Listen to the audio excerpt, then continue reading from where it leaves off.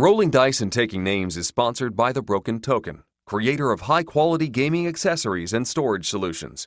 Visit them online at thebrokentoken.com. Alexa, give the intro for this episode of RDTN. Sorry, I don't know that. Vanessa, give the intro for this episode of RDTN. On today's episode of Rolling Dice and Taking Names, the guys will interview Justin Jacobson and Rob Davio from Restoration Games on the new Fireball Island. They will also give reviews of Middle-earth Quest and Flamme Rouge. One new notification. Your monthly shipment of moon pies will arrive today by 3 p.m. Welcome back to Rolling Dice and Taking Names, proud member of the Dice Tower Network. That's going to be for our second quarter requirements, Marty, okay? This is episode number 141, not 105. Fantasy Island's the name, and I'm Tony. And this is Marty. Yeah, he's breaking it open. He's got the mango twist. All right, so here's the deal. In episode 140, Tony breaks out the flavored Diet Coke. I don't even know what they're called. Diet Coke, something. You tell me, Mr. Diet Coke expert. No, that's mango twist. You got it right there with that. Okay, it's just a line of Diet Cokes that are flavored. And I went off on it. I said they're horrible, I believe was my exact word. So on our last game day, Tony brought me a Diet Coke mango saying, this one is good, because I've tried some others like Blood Orange and stuff, was not a fan for it. So here, live, Tony, I'm going to take a sip of this Diet Coke mango, and we'll just see how good it is, okay? Okay, don't be surprised if your tongue beats your face silly as it tastes so good. Okay, here we go. The lid has been, let me hear. It's got a sweet bouquet to it. I do appreciate the bouquet, so let's try it out.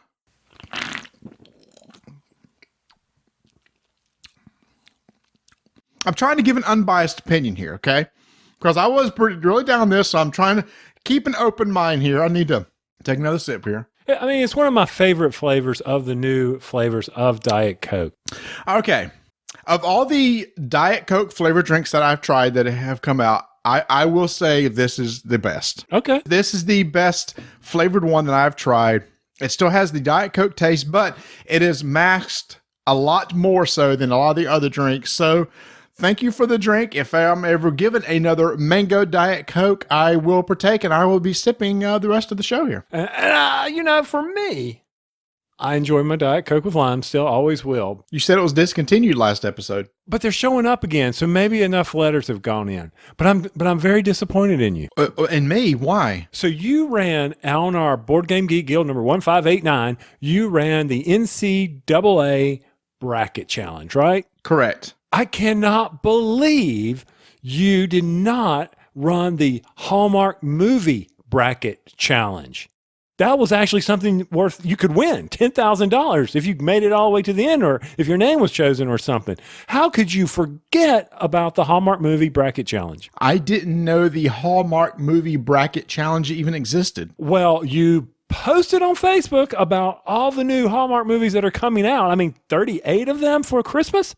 Or is it for July? I can't keep track. No, well, I think they do start in July. There's like 38 of them. So here's the thing, Tony. In my house, Vanessa, my wife, is a huge Christmas movie fan from the Hallmark Channel. Well, same here. Donna loves them. And now there's going to be what was it? 38 of these things coming out. So I am dreading it. But luckily, Vanessa's friends are going to come over. They're going to have viewing parties. So on those nights, that's our gaming nights right there. Okay.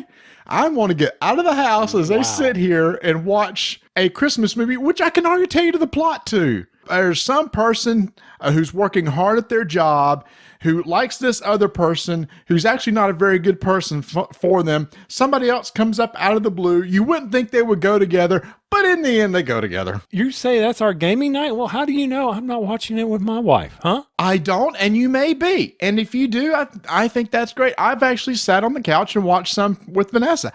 I can't watch 38 of them, though. Well, you'd be surprised. You'd surprise yourself. Would I I? just finished watching 3 hours of the Spring Break Challenge on the Food Network. That gets a lot of play in here, too.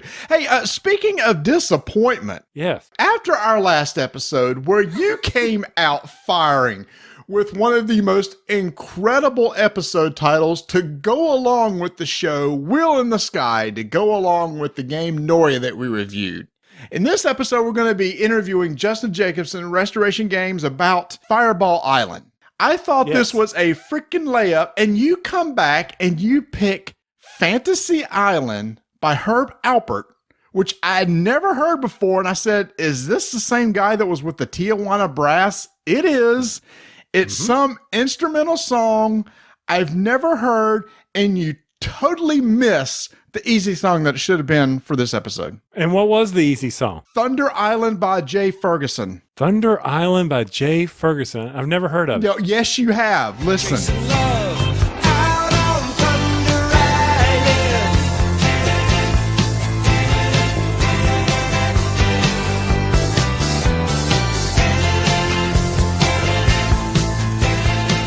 Oh, yeah. Yeah. You know, okay. Fireball Island, Thunder Island. Come on, it was right there. When you go out and you type in, give me songs with title of fire in them, and all of a sudden you get, well, Ring of Fire, Johnny Cash. Okay. Fire Down Below by Bob Seger. And I'm listening to all and reading the lyrics. They're all about love and Fire Down Below. I never knew that song was what it was about. I honestly don't know what it's about, so. It's about prostitution. Oh, okay. I'm like, really? Get out of here. And of course, Johnny Cash, Ring of Fire is all about being burned in a loving ring of fire. You know, love is a ring of fire. Burn. Oh, God. I kept listening to that, and that led me to another Johnny Cash song, which led me to, I got to get back on track. Oh, my goodness. So you're right. I missed that one. And then when I pulled up all the island songs in there, I saw Fantasy Island, and I was thinking, okay, so people... What about Island Girl from Elton John? That has nothing to do with... No, I saw Island Girl. Oh, and this jazz song, Fantasy Island, has something to do with it? Did you listen to it? I listened to it. I'd never heard it. Did you not hear the jungle sounds? And as we'll find out from Justin and Rob, they got all kinds of positive things about Fireball Island for the jungle and things like that. And I'm like, okay, Fantasy Island, jungle song, the Fireball Island. Everybody thought it was going to be a fantasy to ever get it back, and Restoration Games is bringing it back. There's your tie-in. Yes, I screwed up and missed Thunder Island. Fine, whatever. What did you find out about Herb Alpert? Nothing. He was with Tijuana Brass. I was just so stunned that you didn't pick Thunder Island. I was like, this can't be the same guy, but yeah, it was the guy that did the Tijuana Brass thing, which is what he's known for. Yeah, I didn't know he was still recording. This came out in 2010. That is incorrect. I thought it was. I thought you need to go back and look. That was a remastered version. I think it came out in the early 80s. Oh, my bad. Okay. All right. Are you done? Let's see. Hold on. You were disappointed in me. I'm disappointed in you. That score's tied. I'm done. And then taking the last shot on the journey at the end of the thing there, trying to get in okay, that was nice. Well done. Are you talking about at the end of the last episode, you drop these little segments, people may not know what you're talking about. I got one last little dig in at the end of the last episode on the Journey song. I was trying to get him to go back and listen to it. But not as disappointed as you and I are over the demise of Toys R Us. So sad. Have you been back? No, I don't want to go and cry. No. I went last weekend, and it's freaking emotional. It's really stupid how emotional that is. But the reason why, Tony, is the one I went to is the one that you and I basically not necessarily grew up with, but when we moved into an apartment right after college, the one that we go to frequently was the one that opened. And then we've been going there for years. And then we took our kids there, and it just had all these memories, man. It's sad to see it go. Oh, yeah. It's another thing going by the wayside. Poor management, running into the ground, not being competitive with online retailers. What can we say about it? I mean, yes, we went there. I remember getting up on Black Friday, trying to find something for Rebecca, running over there, standing in the long lines. But it was all part of her growing up. You're right. Taking her there, letting her ride the little cars around Toys R Us. And then what was it? Getting our collectibles and then going to the comic book store. Yes. Yep. Yes. We had a whole routine, didn't we? Right beside the Toys R Us was a little Chinese restaurant beside the comic book store where we go get our comics and ball cards, eat Chinese, go to Toys R Us and look around. Yeah. See what figurines are in. See if we could pick up the latest Spawn, Todd McFarlane action figure. Dude, I remember calling them. We were into the Todd McFarlane action figures. I mean, big time, because at the time they were like blowing anything else away. We had been used to what, the little Star Wars figures and stuff, Yeah. which were nothing compared to these. And I remember when Ken Griffey Jr. went back to the Reds, I was calling Toys R Us, asking them, "Did you get a shipment in? Did you get a shipment in?" Because not every case of the McFarlane figures had a Ken Griffey in it. And when they finally said they got one in, I ran over there and I made them open the box and dig through it, and they found one, and I got it, and I still have it to this day. And I still have my Todd McFarlane. I don't know if I have the Spawn, but I do have, I think it was Angela from the first edition of the Spawn comics, that big figurine. I still have that one. Yep. And I still have it when I was over there and they were opening up the Star Wars, and I had the Slave Leia. Still got that one. Oh, yeah. So, yeah. It was sad. I think there's some sales going on right now. I mean, a lot of people now talk about Toys R Us. How's the board game collection? Well, I never went there for the board game collection. It was the other stuff. But it's the memories of, like you, Tony. It's the kids. It's taking the kids there. It's standing outside on Black Friday. It's just a matter of, 2 or 3 years ago when they re-released the Pokemon Red Blue, and it was the anniversary of the release of Pokemon. They were giving away a free poster, everybody that had the original 151 Pokemon on it. All my boys went there. We stood in line, and we each got a poster, and it's still hanging up in my office today. And that reminds me, you could actually go to Toys R Us and get special trades on your Pokemon. I forgot about that. The Pokemon card game. No, it was the video game too. You could go in. Remember when they instituted the trading? They actually had them at Toys R Us where you could go in and trade at the Toys R Us and get special edition ones there. It was, you'd go in, and then they always had the Pokemon trading card days. But I'll be honest with you, Mark, I haven't been back to to Toys R Us in probably about, I'd say maybe close to 8-10 years. Oh, as sad as I am and as upset as I am, it's my fault. It's my fault and everybody like me who stopped going to Toys R Us and supporting them because we were buying online from Amazon and every other place because we wanted it cheaper. So I'm part of the blame of this, and I just, that's the way it is. Yeah. All right, that's depressing enough. So disappointment, depression. God, do we have anything exciting to talk about? I've been playing Charterstone. Okay, how's that been going? I think you just been playing 2-player, right? Yes, I have been. Wait, you said something more uplifting. Let's see. Oh, I'm just kidding. Wow. Oh, yeah. Ooh. There it is. What are you saying? Okay. Here we go. What I am saying is, you know how we always say, well, this is a great gateway game. This is a great gateway game.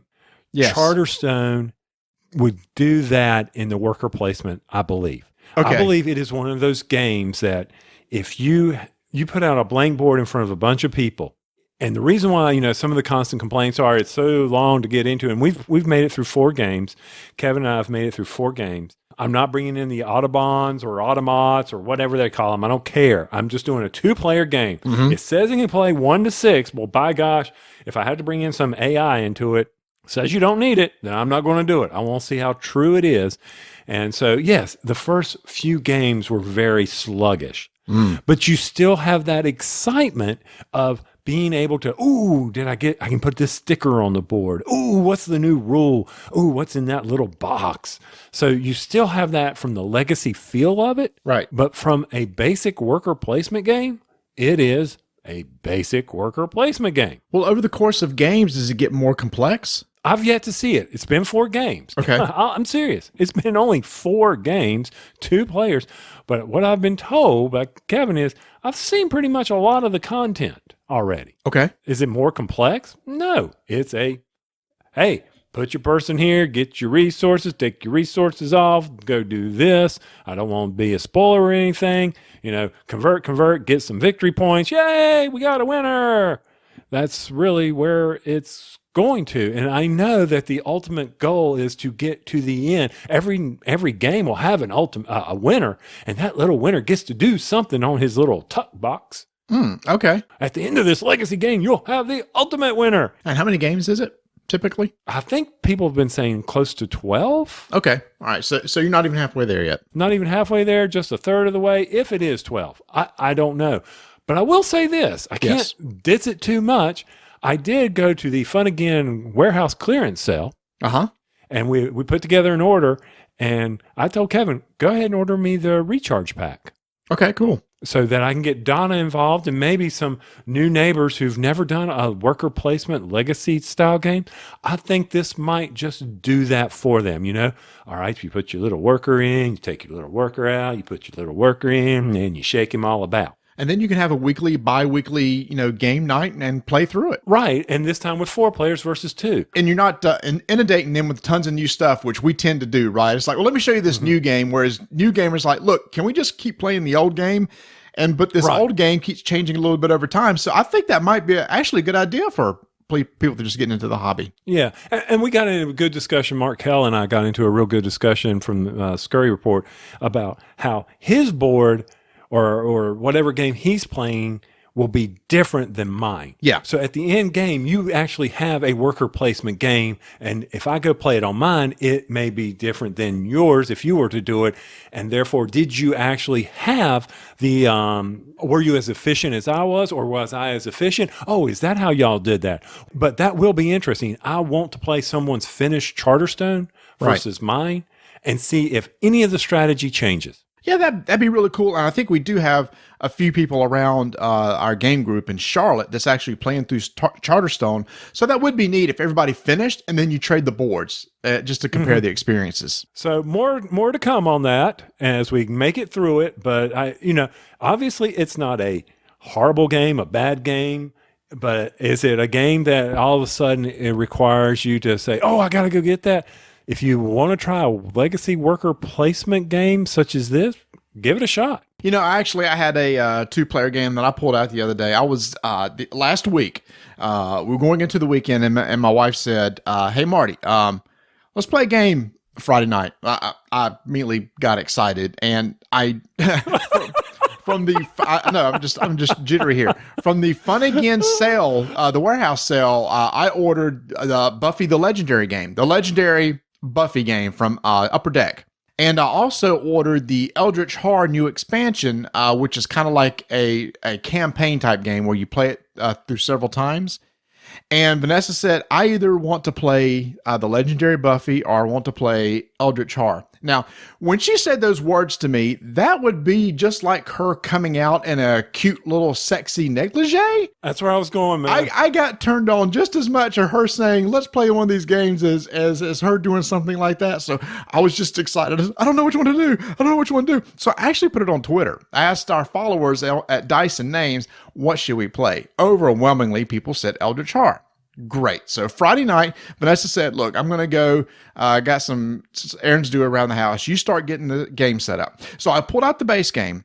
I had merged it with the previous expansion. So I had to spend some time pulling out all the expansion cards from the base game because I just wanted to play with the new expansion. So I went and sorted all that stuff out. Then I opened up the new expansion and I punched it out and I opened it up and I sorted the cards and I mixed in the cards. And then I had to read the rules to refresh myself. It's been so long since I played, to refresh myself from the base game rules. And then the expansion adds some additional rules. And then we got set up. It took me 2 hours. 2 hours to split apart the previous expansion, bring in the new expansion, reread the rules, and get everything ready to go. So we're finally ready to go. We sit down, we refresh each other over the rules. 30 minutes later, both our characters died. Oh, that was kind of a letdown. It was a huge letdown. Now, according to the rules, we can start a brand new character, but this was supposed to be like a legacy game, a campaign game where your character can go from a campaign to campaign. Neither of us really wanted to pick up in the middle of a game with a new character and just wanted to kind of roll back to the beginning. But I told Vanessa, I said, to be honest with you, Vanessa, I've been sitting here staring at this thing for 2.5 hours and I don't want to play. She said, well, let's play tomorrow. So on Saturday morning, I start putting it away. She said, I thought we were going to play. I said, Vanessa, I said, last night was such a stinking letdown. I'm just going to put the game back in the box, back on the shelf. So we didn't play anything. I'm still at the very beginning where I'm thinking, so that's what our advanced years have become, where our wives come and say, hey, yep, I want to play a game. And yes. Now, if she was to put on something sexy and come out and say, let's play a game, you would have to call me an ambulance. So I'd have a heart attack. Well, and if it was 2 hours later, if it's anything around like this house, one of us would be taking a nap. Because Donna got back from vacation. She had one day at work today. And I come home, the poor thing is laid out asleep because it was, a rough day at work for her. But, I was talking about just a real quick thing, though. Vanessa and I did play a shorter game that we really liked. Have you ever heard of Happy Salmon from North Star Games? I've seen all their pictures and everything. So, yep, I've seen it. Got the card game where you basically stand there and you make all these motions you have to match. They've come out with a new one called Funky Chicken, where instead of doing like hand motions, you're actually doing dance routine. So you have a deck of cards and you flip over the top card and you have to either do the funky chicken or spin with, you have to find somebody with a matching card and do something with them, like spin around with them or do the hokey pokey or whatever. And the goal is try to match everybody on every card and be the first one to finish win. So that's a cool game, the Funky Chicken, go along with the Happy Salmon. But the other game that we got from them, Monster Match, is really, really cool. And this is going to be one of these I'm going to throw in the bag when I go places. It plays up to 6 players. It's a deck full of monsters, and they can have any number of up to 0 to 5 eyes, 0 to 5 arms, 0 to 5 legs. And what you do is you put 10 cards out on the table, and you got 2 dice. One is a number die from 0 to 5, and the other is a die that shows a picture of an eye, an arm, a leg. You roll the dice and it may say 3 eyes. You have to look on the table and point. Put your finger on one of the monsters that has 3 eyes. If you're the first person to do it, you claim that card and it has little points at the bottom. If you don't claim one, well, you just don't get any points. As the cards start disappearing, you may roll and there's not a match. There's a zilch card in the middle of the table. The first person to touch zilch indicates, hey, there's nothing here that matches that, and that brings out 10 new cards from the deck. And you keep collecting cards over the course of the game, and once the deck is empty, the person who has the most points from their monsters wins the game. Simple, easy game, but a lot of fun. Especially, this is a great game for kids because you got to be quick on, okay, I need 5 legs. You got to look around, try to find a monster with 5 legs or one with 3 arms and quickly point to it. So it's a great game for kids, but it's also a great game for adults too. So North Star Games has really come up with these really fun little games. It's filler games that can be played in 6 to 10 minutes. Highly recommend both of those, but Monster Match is really sweet. So next time, Tony, when we get together, I'm just going to have that in our bag and we're sitting around waiting on somebody because they're late to get there. We'll just play that real quick. Well, that usually is me. Oh, that's a good point. So I'll play with my other friends until you get there. Or you can do like me, and there was a sale on the iPad store for Quicks and the game. For 99 cents, you get both of those games. And you like Quicks. I do. And so I downloaded that, and I've been playing the snot out of the Quicks after I finish all my turns on Ascension. I go and play a quick game of Quicks, and I try to do I've gotten up to about, on the solo mode, about 110. And it's always fun when you have those iPad games to remind you of how to play an old game that you like. And matter of fact, I brought it out when Donna was gone. People felt sorry for me, invited me over to dinner. I went over, and if I go to someone's dinner, I'm going to be whipping out a game. And excuse me while I whip this out. Sorry, that's a Blazing Saddles reference. They loved Quicks. They thought it was a great little game. So you actually just brought something else to mind. Today on Steam, Through the Ages was released. One of those games, one of those classic games I actually have on my shelf that we've never played, and I'm wondering, I wonder if the tutorial is really good on the Steam version, and maybe thought to try to learn it that way and then play the full version, because I've always wanted to play that game. I've already been told I have to buy it for the iPad because somebody wants to play me on it. So I gotta drop a big $9.99. Just call it $10. Is it cross-platform by any chance? Yes, I've already looked that up. Oh, okay. I don't know if Steam can go to the iPad, but I know the iPad can go to the Android. I bet you it's cross-platform because I know that Lords of Waterdeep was. I guess it depends on who makes it. So, hey, if you get a game in, let me know because I wouldn't mind learning how to play. Okay, we're going to do that. I just got to, put off $10 in my iPad account and make that happen. And then, as long as it does, hey, it better not cut into Ascension time. You and Ascension. I don't know why, but yes, I enjoy that. And that's good. There's nothing wrong with that. It's probably not losing its taste like this mango Diet Coke is. I'm about done with it. You're so weak. No, it's just kind of getting old. So you know what? I'm gonna go get a different drink.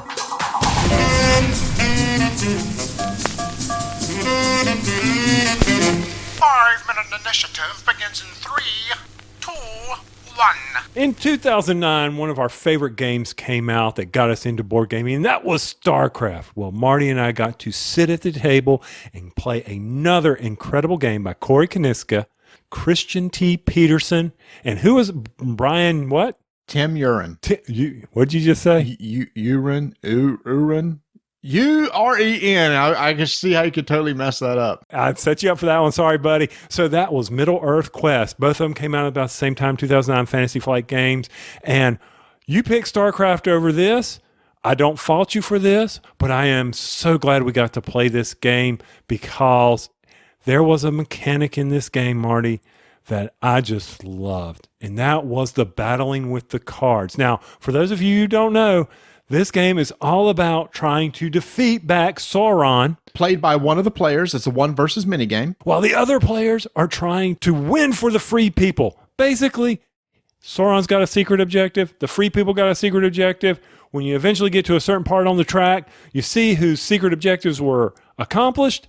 And if one person got them and the other group did not, that person wins. And if they both had their secret objectives, then there's a final battle. And whoever wins that, there's your winner. So no victory points, huh? You know, I didn't see any. Were there any? I don't remember any. Yep, not in there one in this game. Yeah, this game was one of those that our friend Nate on the Scurry Report has been on us for months. Guys, you got to play this. You got to play this. You got to play this. Finally, we had a big game day where we could get it to the table because this is about a 3-hour game. So when you're going to sit down, you're going to invest in it. But once Nate set this thing up, and it's like a double board thing, Tony. It was beautiful. It was huge. It took up the whole table. It had nice miniatures. Just the epicness of it on the table is what kind of set the mood for this epic adventure. And that's what it was. Each of us played a different character. And what I like, Tony, it wasn't one of the main characters. We weren't playing as Aragorn or Frodo. We were playing as like secondary characters. But those other characters, Aragorn, etc., were like NPCs in the game. So you can like use them as allies and as benefits. But like you said, Tony, you referenced the cards earlier. This game has no dice in it. It's all about cards. Everything is your cards. You have a deck of cards with each character. And there are several things. They're your life. They're how much damage that you take over time. You run out of life cards, you're considered dead. You have to spend those cards. To get those cards back, you have to rest. But Tony, like you said, the combat with the cards was honestly one of the best combat mechanics I've played in the game in a long time. I'm going to ask you, because this is very important. If it hadn't been for those cards, would you have enjoyed it as much? Because for me, if those cards had not and that mechanic not been there, this game might have fell flat with me. Well, I don't know what it would have been replaced with, so it's hard for me to say whether that would have been a game changer for me. Well, if it had been dice or anything like that, I mean, yes, it was the theme and everything and the hidden quest, but did it really resonate with you? I mean, I enjoy the mythos behind it, but I started thinking about it. It was just like, had it not been for the battling of those cards and how that was resolved, I'm not sure I really would have enjoyed that game very much. I probably would never have played it again had it not been for that one mechanic. I didn't like how I moved, and there were just some other things. And Lord help us if we had to read all the flavor text. Come on, people. Let's get to the chase. We started out reading the flavor text, and eventually we stopped over time. But one thing I do like about this game, Tony, there was a built-in game clock. So every time we took a turn, our story token would move. But while the Sauron player was trying to move 3 of his tokens, there were 3 different ways for that to happen. If either one of our tokens hit one of his 3 or ours gets to the end first, like you said, that first person there, if they complete their objective, game over. Otherwise, there's a fight at the end. But he has 3 tokens, and if he gets all 3 to one certain track on the board, then he has a chance to quickly see if he was the end up being the winner with his secret objective. And that's where we ended up, Tony. The end of the game was so tense. We played for 3 hours. And at the very end, both of us had achieved our objectives. So we went down to a final battle between the Nazgul and one of our opponents or one of our characters. And on the last card play, we ended up losing. That was sweet. 3 hours to end like that, even though we lost, I still loved it. So here's the deal. If this game ever comes out on the table again, I am all in. In fact, I immediately went and looked to see how much it is. It's out of print. You can't get it anymore. But Nate still has it, so I want to play again. Tony, will you be in? I'll be in just for the card mechanic and the fact that now it's kind of a a hidden deduction game for me. If I can figure out whose quest he's or what the secret objective is, then I can be able to understand it even more and try to prevent him from reaching that objective. 5-minute initiative is complete.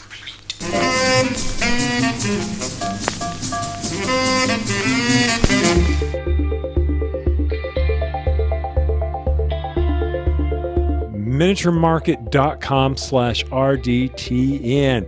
Go there now. Do not wait. Just click there, go there, make it happen. You'll get a discount, you'll get a code, and check out their incredible selection that they have.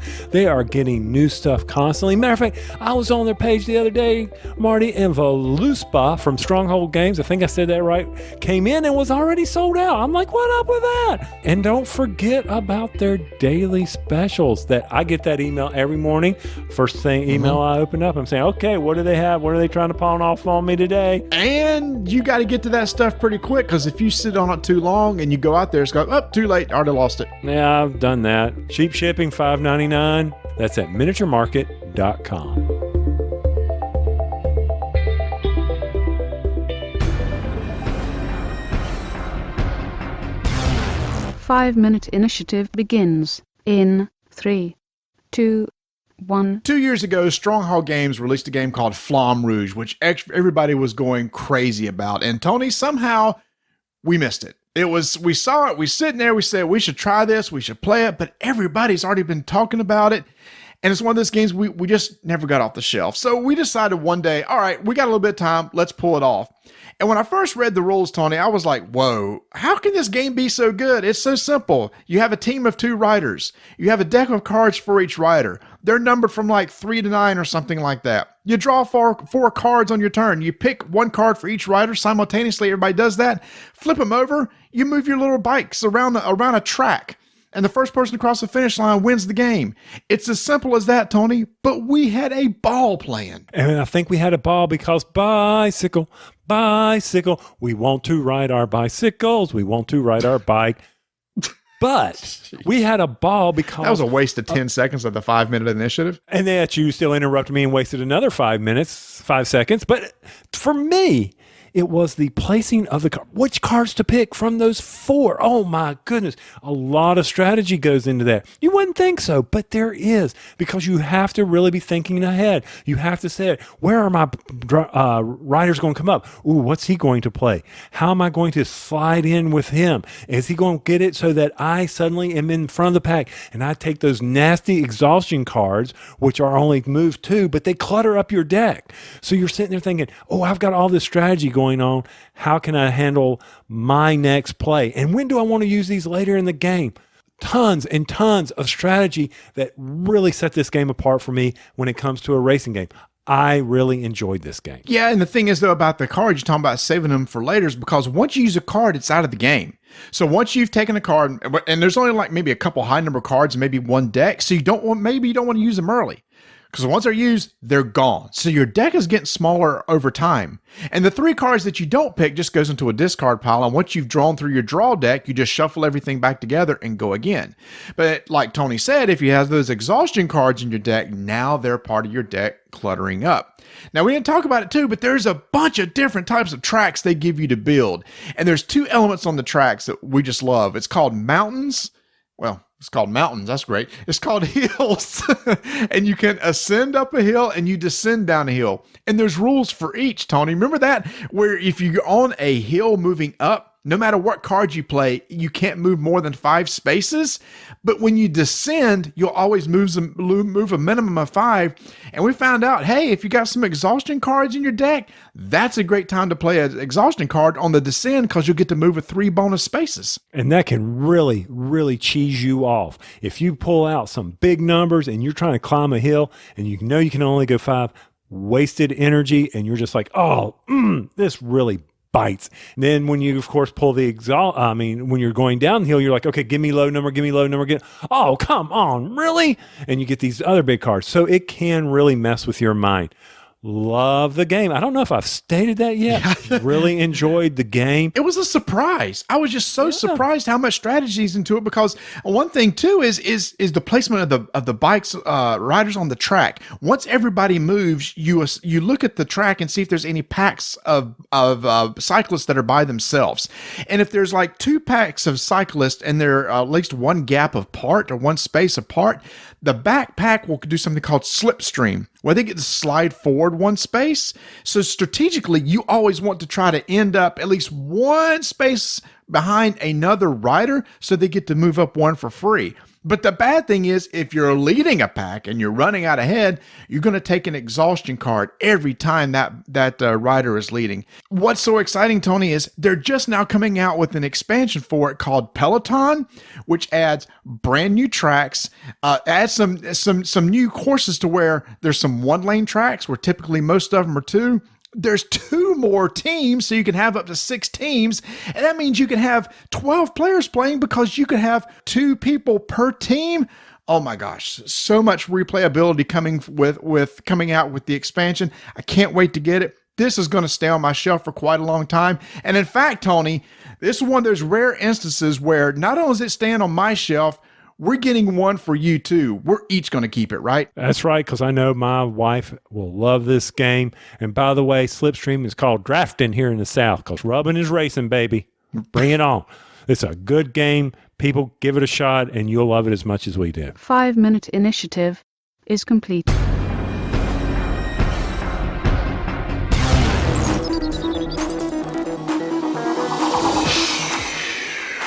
We are so excited to have back on the show at the exact same time from Restoration Games, Justin Jacobson and Rob Davio. Gentlemen, welcome back. Thank you. It feels like we were just here. Thank you for having us again. Hey, we can have you guys any time you want to come. Matter of fact, we're going to set up recurring.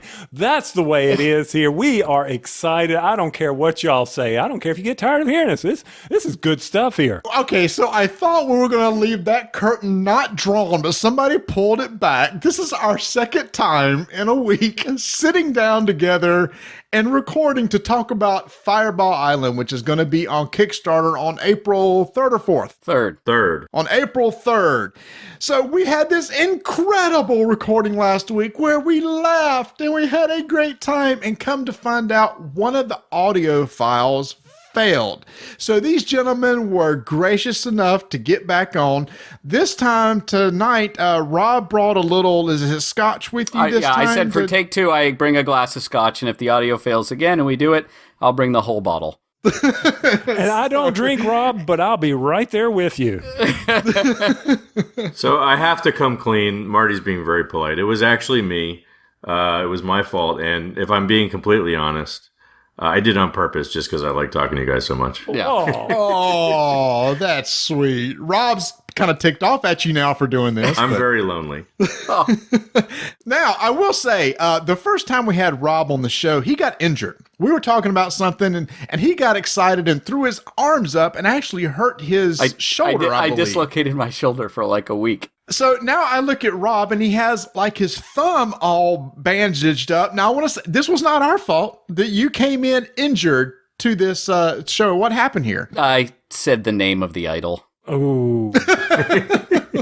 No, I got old man thumb. I've been there. I got trigger thumb. You can Google trigger finger or trigger thumb, but I had thumb surgery last Wednesday. Okay. And they removed a teeny tiny piece of the clamp that was on my thumb tendon. I won't get too medical. It was a 4-minute surgery. And so I went hardcore and I said, just give me some Novocaine. And I mean, it was in an operating room with proper stuff. And then I just put on these headphones and listened to Helter Skelter really loudly so I couldn't hear what they were doing. And right about when the song was done, they tapped me and were like, yeah, we're done. Wow. Wow. It's amazing. So better that than Inagata Devita, right? I didn't want that long of surgery or that song, actually. I just said I wanted something loud enough that I couldn't hear them talking about, well, what we're doing now. Like, I didn't want to know what was going on behind the curtain. And then I remembered about 3 minutes through the song that Helter Skelter has a fade out like at 3.5 minutes, and then it comes back. So I'm like, no. But luckily they finished up right when it was fading out, so it all worked out. Yeah, it's got some gruesome Frankenstein stitches under there for another week, and then I'll be as good as new.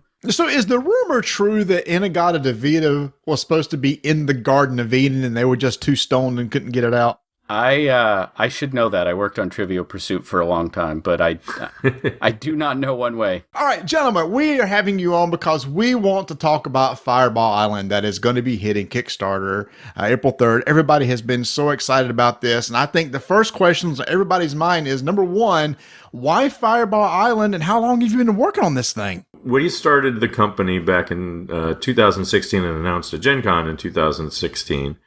And one of the first things we did is we asked people what games they wanted us to see, they wanted us to bring back. And we put it right at the top of our website. Tell us what game you want. You can still go there right now. Feel free. Tell us what games you like from the past that you would like to see us restore. By far, the number one request from the time we started that was Fireball Island. Now, I think Tom was stuffing the ballot box a little bit on that one, but it was a pretty good margin. We actually knew, from the get-go, we knew that was sort of one of our big ticket games, if we could try and get it. So we started working on trying to get the rights to do it pretty shortly after we started the company.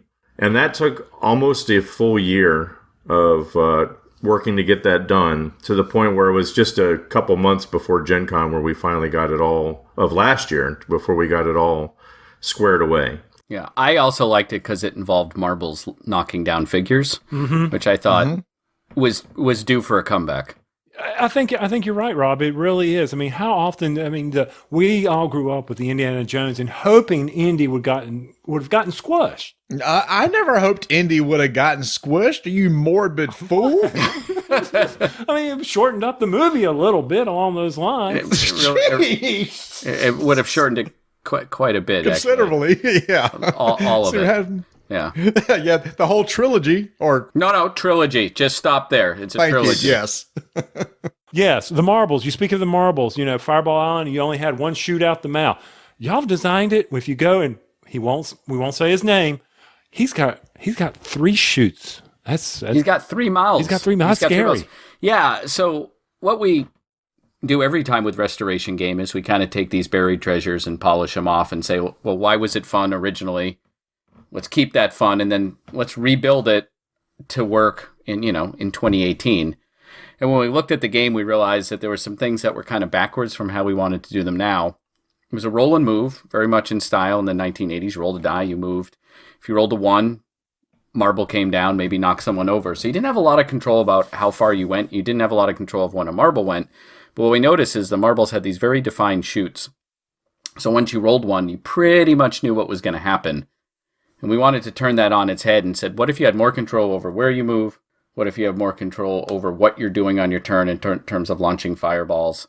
But once those marbles start rolling, I don't want to say anything can happen, but you start to wonder, what if this hops to the left or hops to the right? It's like watching a buzzer beater shot. It's like watching a long putt or a roulette wheel or a miniature golf course. You're just sort of fascinated at what the physics could potentially do.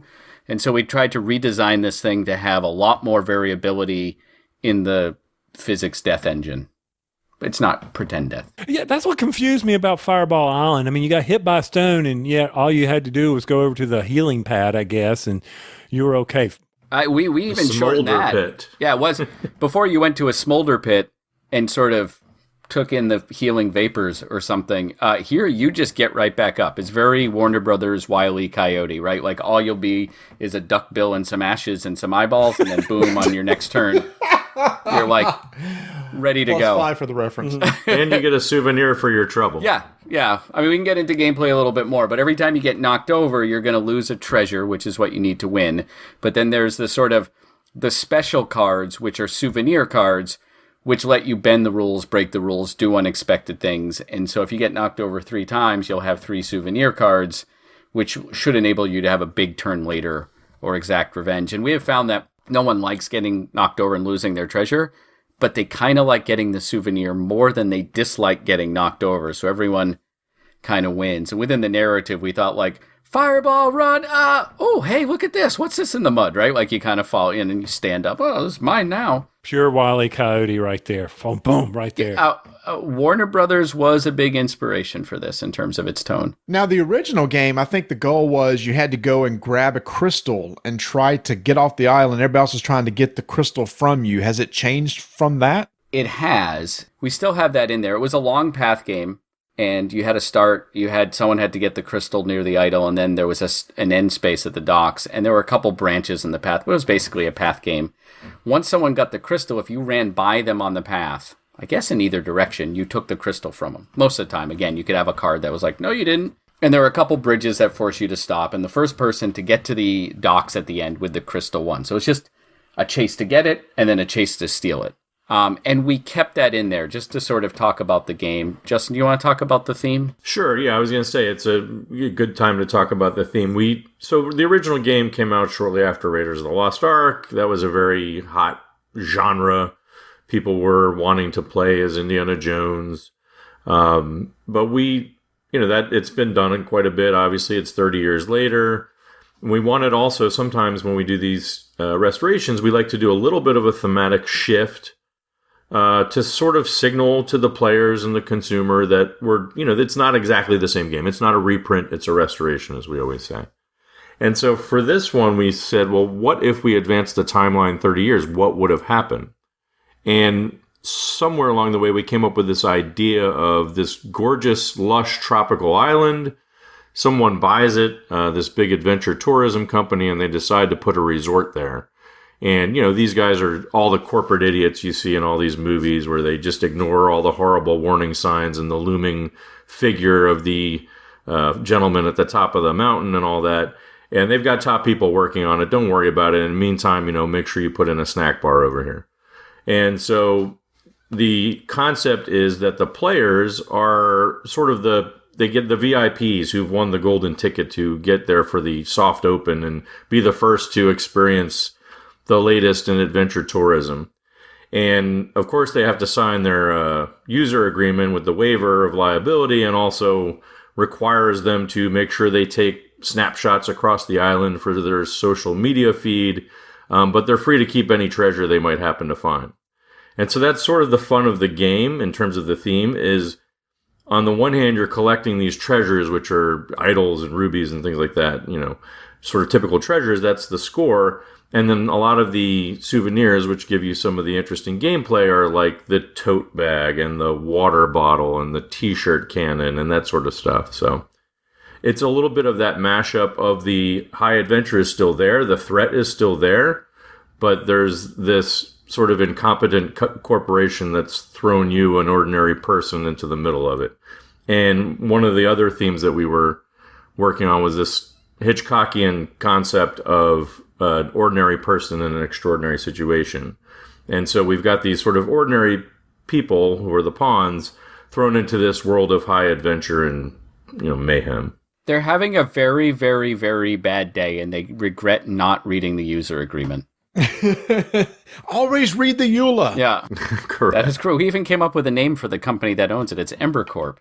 Another fine resort from Ember Corp. You will enjoy a wonderful day on a luscious island. Come for the adventure. You will scream in delight and for other reasons. Wow. See, that's the kind of flavor text I would read, Marty. Yeah, we were earlier. We were getting on him because we were playing the game Middle Earth Quest, and we wanted to read the flavor text, and Tony was getting all upset because we were. Tony, people like me make our living off the italics. Can you just read that?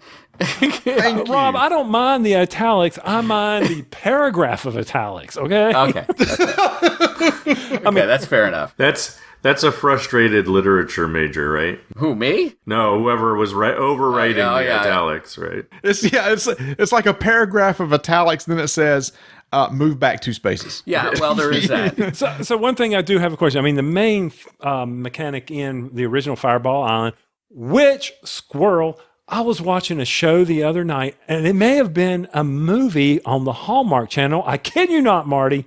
We were just talking about. Oh, geez. They actually had a copy of Fireball Island sitting on the shelves. My wife, I was like, "You've got to back that up." In a Hallmark movie? I can't remember. It was either that or Speechless. I can't remember which one had it. They did. So it's funny. We just this week we got tweeted at, or someone was retweeting information about Fireball Island to the creator of the Goldbergs. It's a show on, I think it's Love that show. ABC or CB, I can't remember. But anyway, ABC.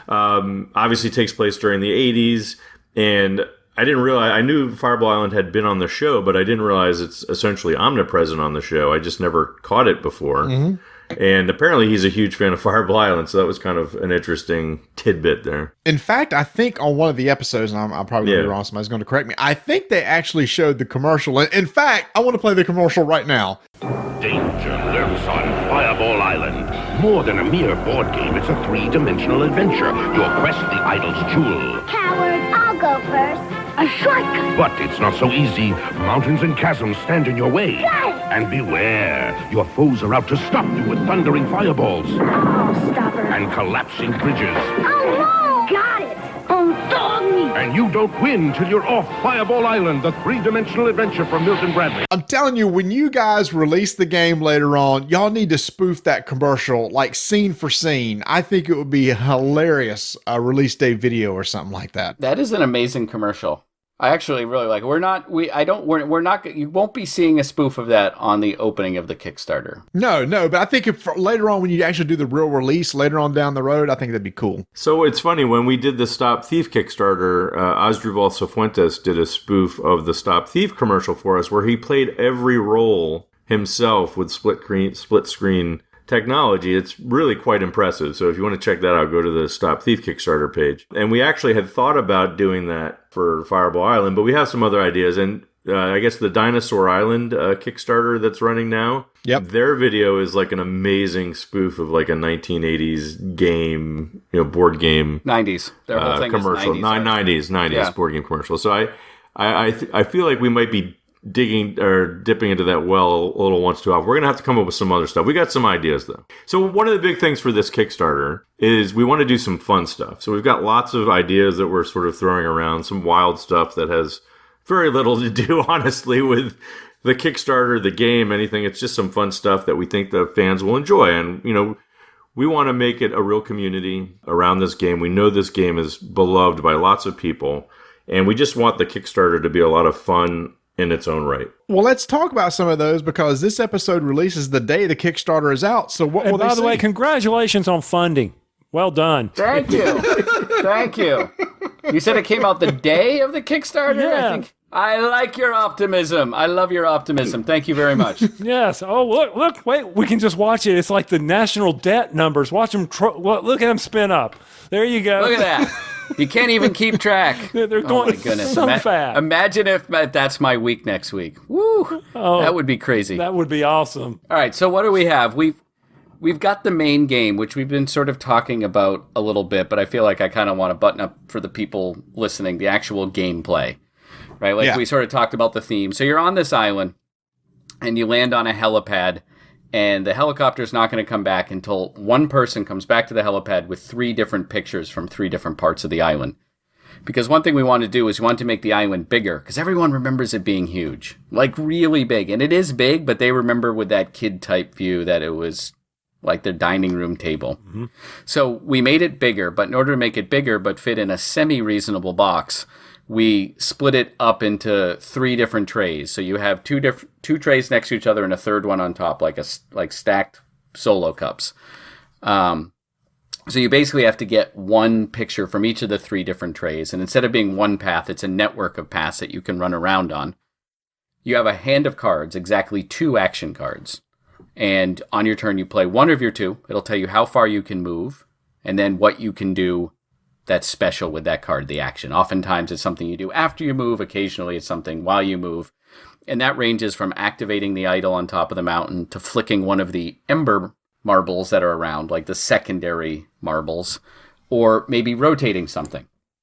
Because in order to get the island to be unpredictable, we have trees in different places. There are seven trees on the island, each with a root that sticks out. And you can rotate those, and those open up different paths and divert the marbles in different places. So you can try to be aggressive to someone else or just close it behind you to protect you. If you run by a place with a treasure token, there are 36 on the island.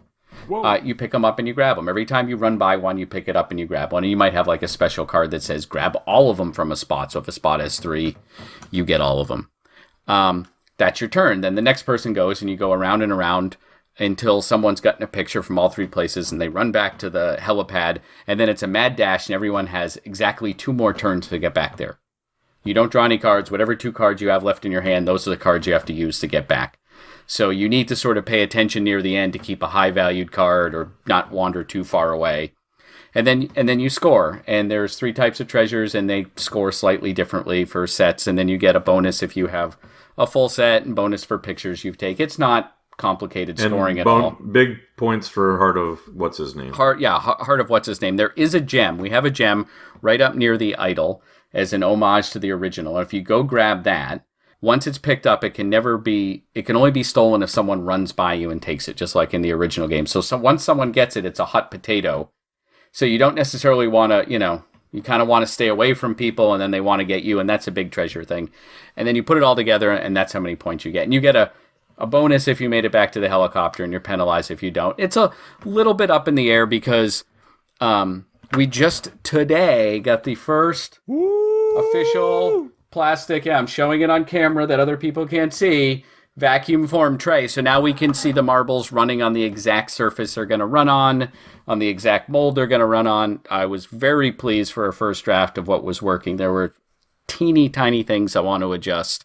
So some of the scoring is still up in the air, and we'll get into the JR Honeycutt Roadshow a little bit later, but this is going to be played all throughout April, all around the country, is driving it around, and so people will play it, and we'll get a ton of data and adjust the final scoring when we turn over the game, like the final cards in May. So that's an overview of the main game. So you get the 3 trays, you get the 36 treasures, all the marbles, plays up to 4 players, the cards. But Justin, is there more? But wait, there's more. So a couple things. First of all, there's expansions. There's 3 of them at launch and available in the Kickstarter. And the reason why we wanted to do that is each of them adds sort of a little different twist to the gameplay. So they're not part of the base game. This is not something where we just took core play out and are offering it as an expansion. The base game is a full, fun, complete game. The expansions just sort of send it in slightly different directions. We've got 3 of them. One's the big one is the Wreck of the Crimson Cutlass, which is MSRP is at $40. And it offers an entirely separate location to go to. So we do have the caves also from the original one, although they're not quite as random as they were in the original. And you can go from the caves to the Wreck of the Crimson Cutlass location, which is its own separate grounded pirate ship that's suffered some damage and has this very rickety mast with a crow's nest on top and a very mean-looking Jolly Roger on the bow. And basically you can go there, collect some different types of treasures that do different things. There's these golden nuggets that you can get points for, but you can also spend essentially to take an extra action if you want. But then also there's marbles that get flung around there. They're essentially cannonballs that can get launched out of the Jolly Roger on the bow or get placed in the crow's nest. And if enough of them get up in there, it tips over like Spill the Beans and spews cannonballs all over the deck. It's awesome. And the best one is that if the person is like, if one of the pawns is right essentially at the captain's wheel, and you launch the Jolly Roger marble just so, you can catch this little lever on the wheel and send that guy flying like into low Earth orbit. So that's a fun one. But and the cards have a little bit more of a high interaction, stealing stuff type thing to them. Yeah, the action cards in the pirate deck allow you to steal any treasure when you run by people. So if you're playing pirates, it becomes a lot more cutthroat.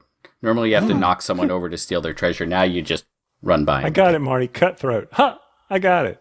It was punny.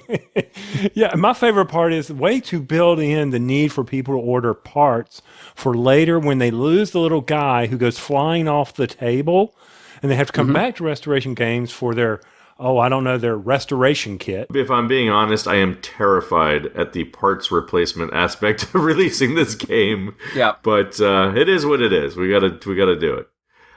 So one of the other expansions, the little one, retails for $15, and that is Crouching Tiger, Hidden Bees, which does exactly what it says on the label. It has a crouching tiger, and it has some bees that are hidden until you release them all through Volkar's mouth. And so the crouching... You said the word. Oh He my said God. it. You said it. The recording is shot. We're going to have to do this again. Look at that. Look at all the people canceling their pledges. The curse is real. Oh, Can we edit that out?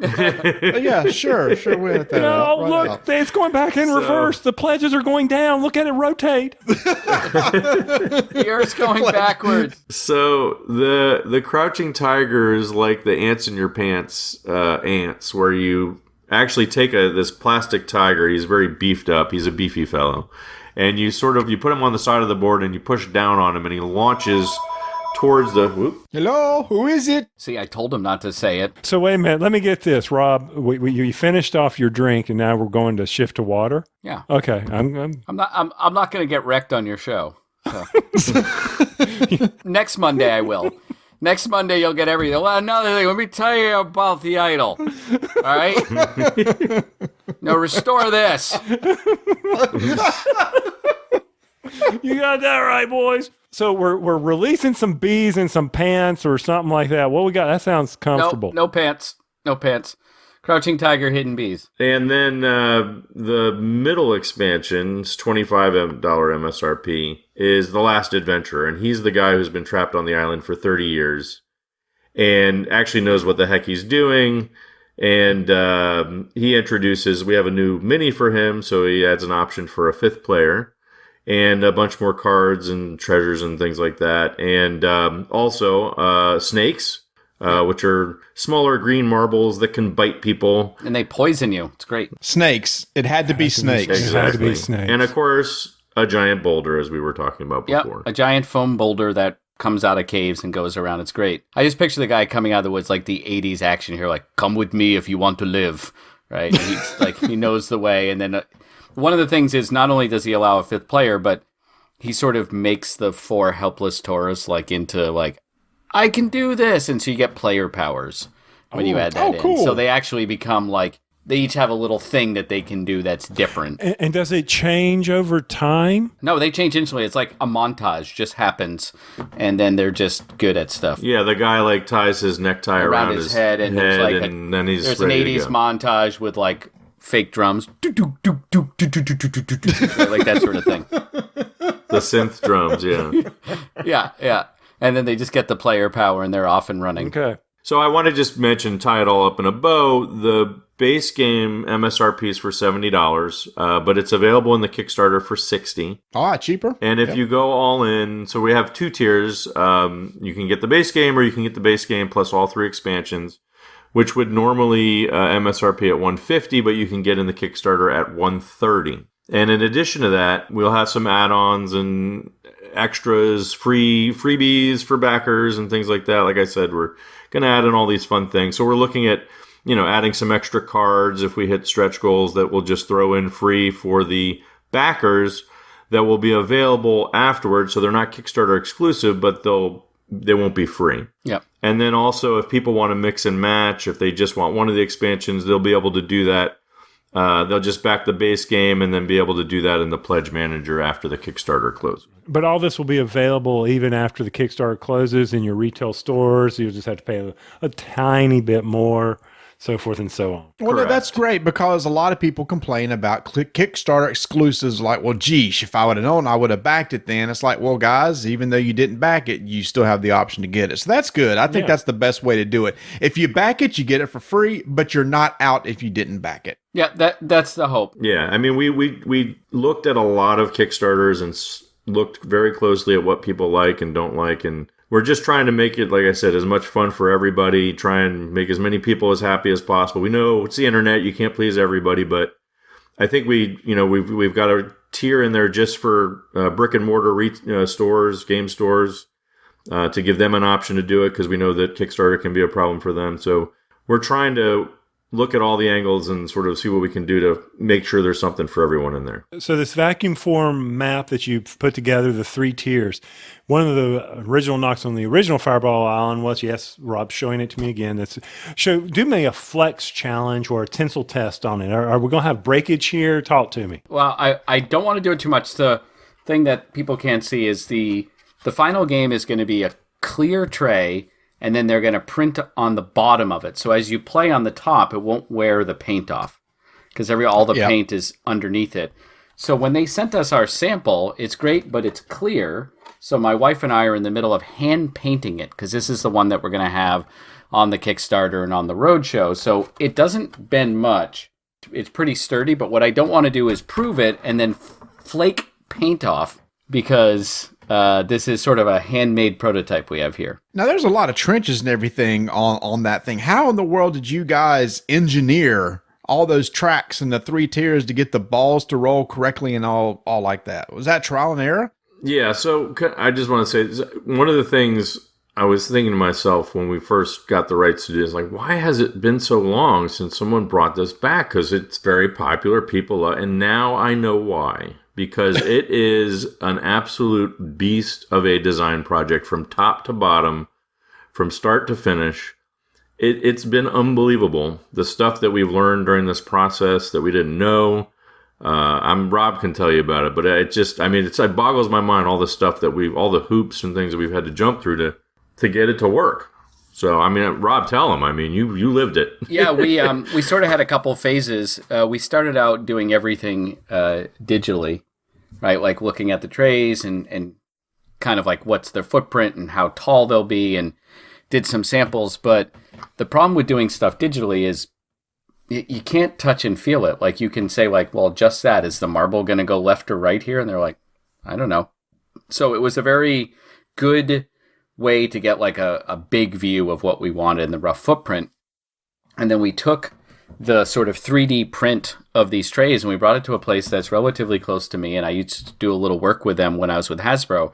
And they took that and they made an actual clay model of it. Like we were building a car in the 70s and scraping clay, with these scrapers.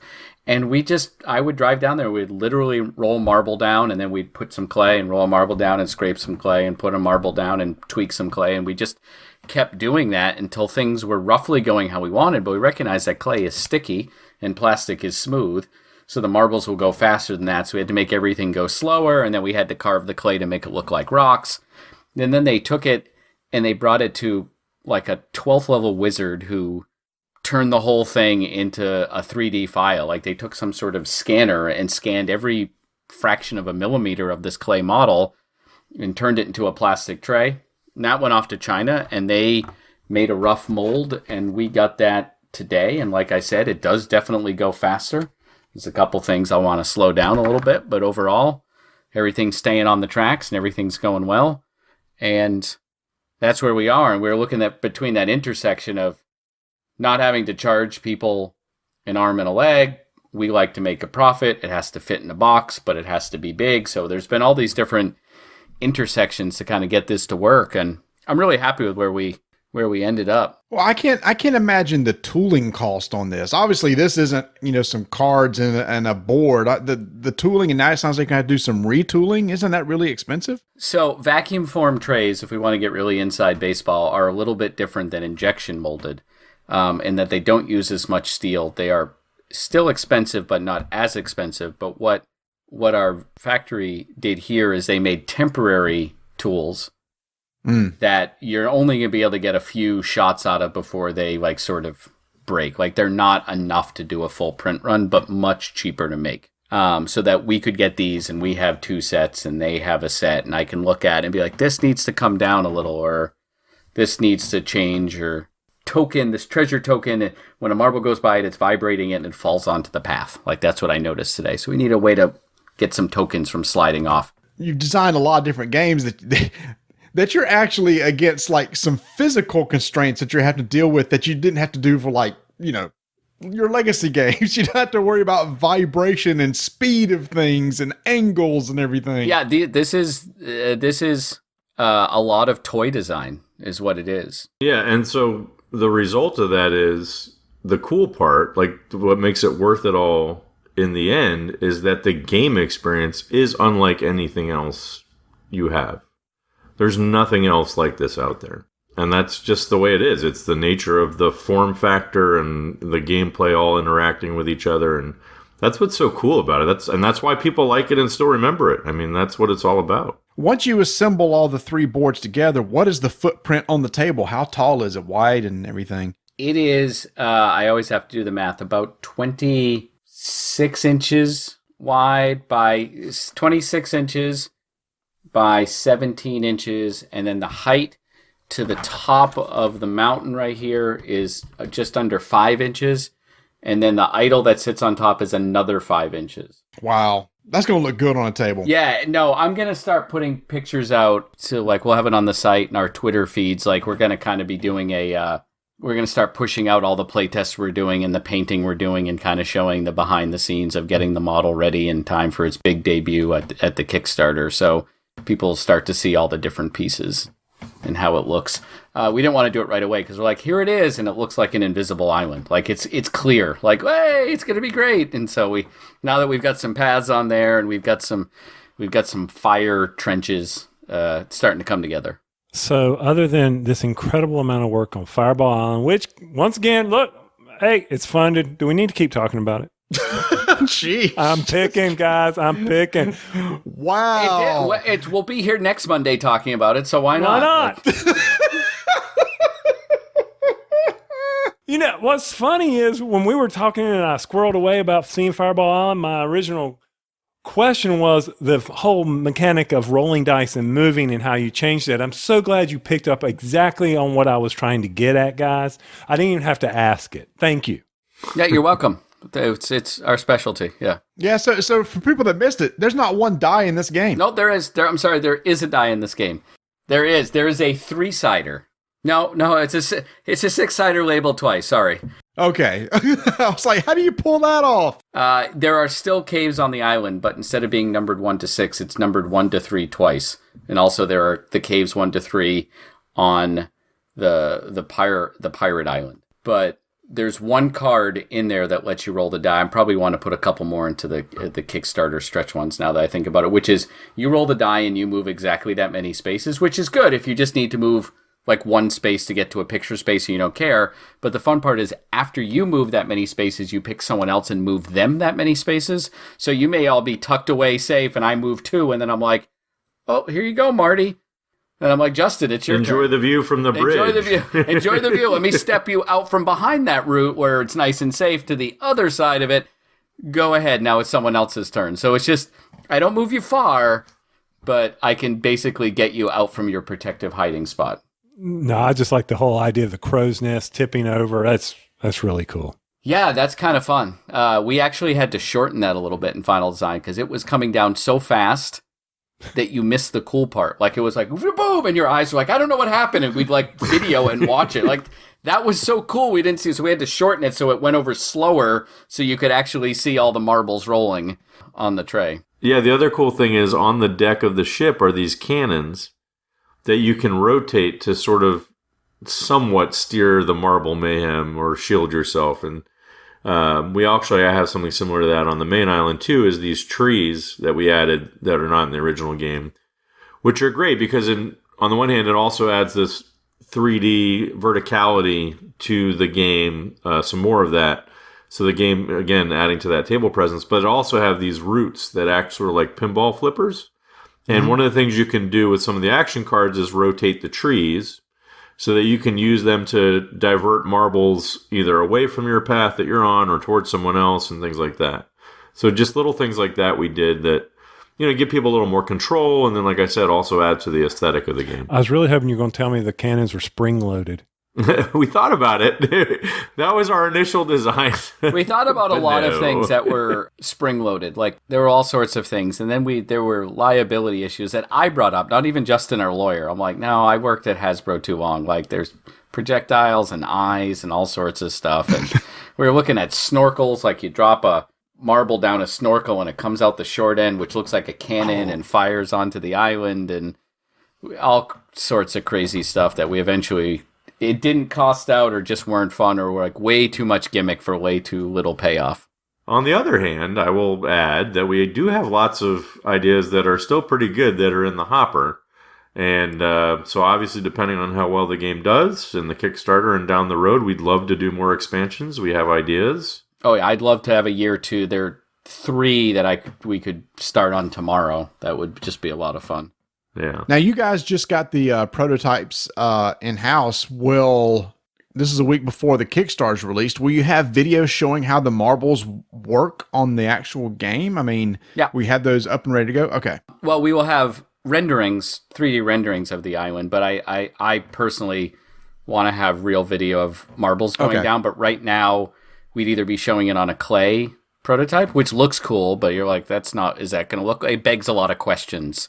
And so that's why I got the trays in today, and my wife and I have been trading off painting duties to get this thing to look at least prototype ready. It won't look final, but at least people look at it and we're like, hey, this is a hand-painted prototype. I'm like, okay, I got it. And we'll have a picture of the rendering with the actual art that's getting printed on the island. So it'll look like what it will look like when it's printed. And then the other thing is probably a good time to mention is the Fireball Island Roadshow or World Tour or whatever we're doing. It's one of the fun things. So these prototypes are like a few $1,000s, these trays. So normally if you run a Kickstarter, you send out like 10 copies to some reviewers and they send you the videos and it's great. And we can't do that. It's just logistically impossible.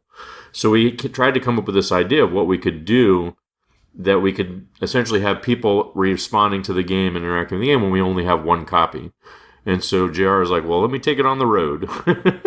So we're renting him a nice SUV, and we got some nice car magnets for it, and a nice Stanley Cup style footlocker for the prototype. And he is literally driving around from starting at PAX East up to a bunch of different places. We're going to hit through the sort of Northeast area, down the Midwest, a bunch of different areas. Some of it's still TBD, so there's still a chance, I think, that they might even come to North Carolina. I think is a possibility. I know it's on the potential list. Now, don't tease me, because a week ago it sounded like we were not on the list. Have we been added to the list? Don't skip the South, man. I hear you, but I think the most recent map has him heading down to North Carolina, so I don't want to... I will look. It could all change by next Monday when we record again, so... The problem is it's not final, but things can change, but I think the plan is to go down there. So as of right now, Durham, North Carolina is on there. Ooh. Okay, Tony, we'll take a road trip. That's what, 2.5 hours for us? Well, yeah, 3 I mean, hours? since they're not going to be obviously celebrating a Final Four victory. Oh! I'm sorry. Smack. I knew that was going to come up. Oh, I hadn't even been paying attention. Did Duke lose? Yes. So it's so funny. For our take number 1 last week, North Carolina, our rival, had just lost, but Duke had won. And now this weekend, Duke just lost. So next week, we'll know who the winner is when we get on and talk. I don't know. Once again, when they were showing all clips of all the players getting ready for ball games, there was a shot of the Tennessee players getting ready, and they were sitting in their hotel room, and they had Catan on the table. I saw that. I was watching something else, and also I'm like, did he just show college basketball players playing Catan? I'm like, games have gone seriously mainstream. Yes, they have. They really have. And it just shows you. I mean, so you give a game a second chance, have another turn, and you keep driving people into the hobby. It's fascinating. It's incredible. No doubt that a game like this, and all the games that you guys have released so far, has that nostalgia factor that maybe those people that aren't playing games now go, wait a minute, I remember that Fireball Island thing as a kid. I'm interested in that. And then you get them into the hobby that way. Well, that's what we're hoping. Well, speaking of which, will this end up in non-hobby stores like Target, Walmarts, etc.? Hopefully. Hopefully. They're not probably this year unless something wildly unexpected happened, because those big stores make their plans for the Christmas season the November before. I mean, they kind of finalize them by maybe February, but they go on a big road show to the Hasbros and the Mattels and everything in November, get 90% of their shelves locked up, look for a few opportunities first quarter, and then they're done. So these big companies can make enough games to be at the warehouses for like a Target in June to get ready for September, to get ready for Christmas. It's this big, long pipeline. So with us doing our Kickstarter in April, we're early for this upcoming November roadshow and way late for last year's. Yeah, and to be clear, the Fireball Island will probably be releasing hopefully around Essen, but worst case, drop dead scenario, we're going to pull out all the stops to get it ready for Black Friday. Wow. Oh, that would be great. But I mean, seriously, because you've got Targets and Walmarts that are now carrying Catan and Ticket to Ride, etc. You pull out a nostalgic game like Fireball Island, which is going to look great. That's just because of what it does will just attract a lot of people to that game where Catan may not. Yeah, I mean, I think it certainly should be appealing to those types of places, but it's just a lot of logistics going on behind the scenes. You can't plan. The planning's got to go out a lot further. So, I mean, it wouldn't surprise me maybe if it showed up next year. Who knows? Here's hoping. So it's not going to be at Gen Con. What is going to be at Gen Con? That's going to be a lovely twee little game. It's going to be a what? Here we go. Sorry. I was a bit Irish for you. I was going, I can be more BBC if you like. The game that we'll be releasing at Gen Con is a lovely little game called Dinosaur Tea Party. Which is a remake of what? Dinosaur Tea Party is our whimsical deduction game. Very light, fun, sort of social kids family-like game. It is a remake of a 1970, what is it, Justin, 73? 76 game called Who's It by Parker Brothers, which is kind of a multiplayer Guess Who deduction game. Where somebody's a character and you try to guess who they are. You try to guess the character. So you ask about different traits. Are you wearing a hat? Are you wearing a cape? It's 1976. Do you have big hair? Do you have bell bottoms, right? Like, are you wearing something with stars and stripes on it? And you basically just ask questions, then through process of elimination, figure out who they are, and you're trying to guess people. That's the original game. The original premise was cool because there's also 4 in the original, 3 in our characters who aren't telling the truth. They're saying something like they're either lying completely or they just alternate between yes and no. And so they always say no. They always say no. No, right? They're just very cranky. So even if you're guessing, you still have this little bit of static in the system of but if it could be, but I'm not sure. Or maybe no one's playing those characters. And so we took that, and there were issues with the theme. The theme played a lot, not only on racial stereotypes, but bad racial stereotypes. So the characters, the questions you asked were just awkward, and the characters you were playing were even more awkward. So we liked it. I actually played this with my kids, the originals, as we were testing it out. And I said, look, I need to let you guys, and they're, pretty young, 11 and 12. And I said, it's a little racist, just so you know, don't worry about it. It's fine. And they were playing the game, and they said, like, one of the questions, like, are you Oriental? Which, we wouldn't use that term today, and so they said, well, that's not racist. The person's, Asian or whatever. And I said, well, that's not the problem. The problem is that the Asian people are the geisha, the waiter, and the spy is really where the uncomfortable stereotypes come in, is the role assignments, right? So now you've tweaked it and you said, you know what? We're going to do something a lot safer, a lot more kid-friendly and culture-friendly and make it dinosaurs. Yeah, I had a idea for a game in Search of Mechanics a couple years ago. I said I wanted to make a game called Dinosaur Tea Party, which was just about dinosaurs having tea. And it just combined everything you love about dinosaurs and everything you love about tea parties. And they don't go together, but they did in my head. And so we're thinking about a theme for Who's It? And we said maybe it's dogs, like different dogs, because you can ask more. You can do dog stereotypes without, getting into offending the dogs. Understand. And, are they playing poker? Do we play out? And then I just said, what about Dinosaur Tea Party? And everyone went, yeah, let's do that. And then we were still sort of hesitant. And then we got a drawing of like a T-Rex in a tuxedo, like sipping tea. And we're like, nope, this is it. This is what we're doing. But the T-Rex has got short arms. How does he get the cup to his mouth? That's the funny part. Okay. I'll diagram the joke before we'll spell it out. Okay. Our T-Rex is named Yorick. And I just love Yorick. He's just great. He's always like, I love being here. I just love the scones. They're very nice. We should mention, a good time to mention that this game will also be the only game on the market that will have Rob Davio's recipe for oatmeal biscuits. Yeah, we put in recipes for your tea party. So we have cucumber finger sandwiches and oatmeal shortbread. So you can make stuff for your little tea party. It's basically a game where we encourage you to be ridiculously silly, put on a fake English accent. I put on like 3 or 4, and anyone who's English listening to this will realize that even within a sentence, I shift regions, right? That's fine. Like, let's just have fun with it. Well, I can undo Cockney anyway, so Right, that's all there you I'm go. going to do. So you just, in the game, it's just like, I'm sorry, are you wearing a hat?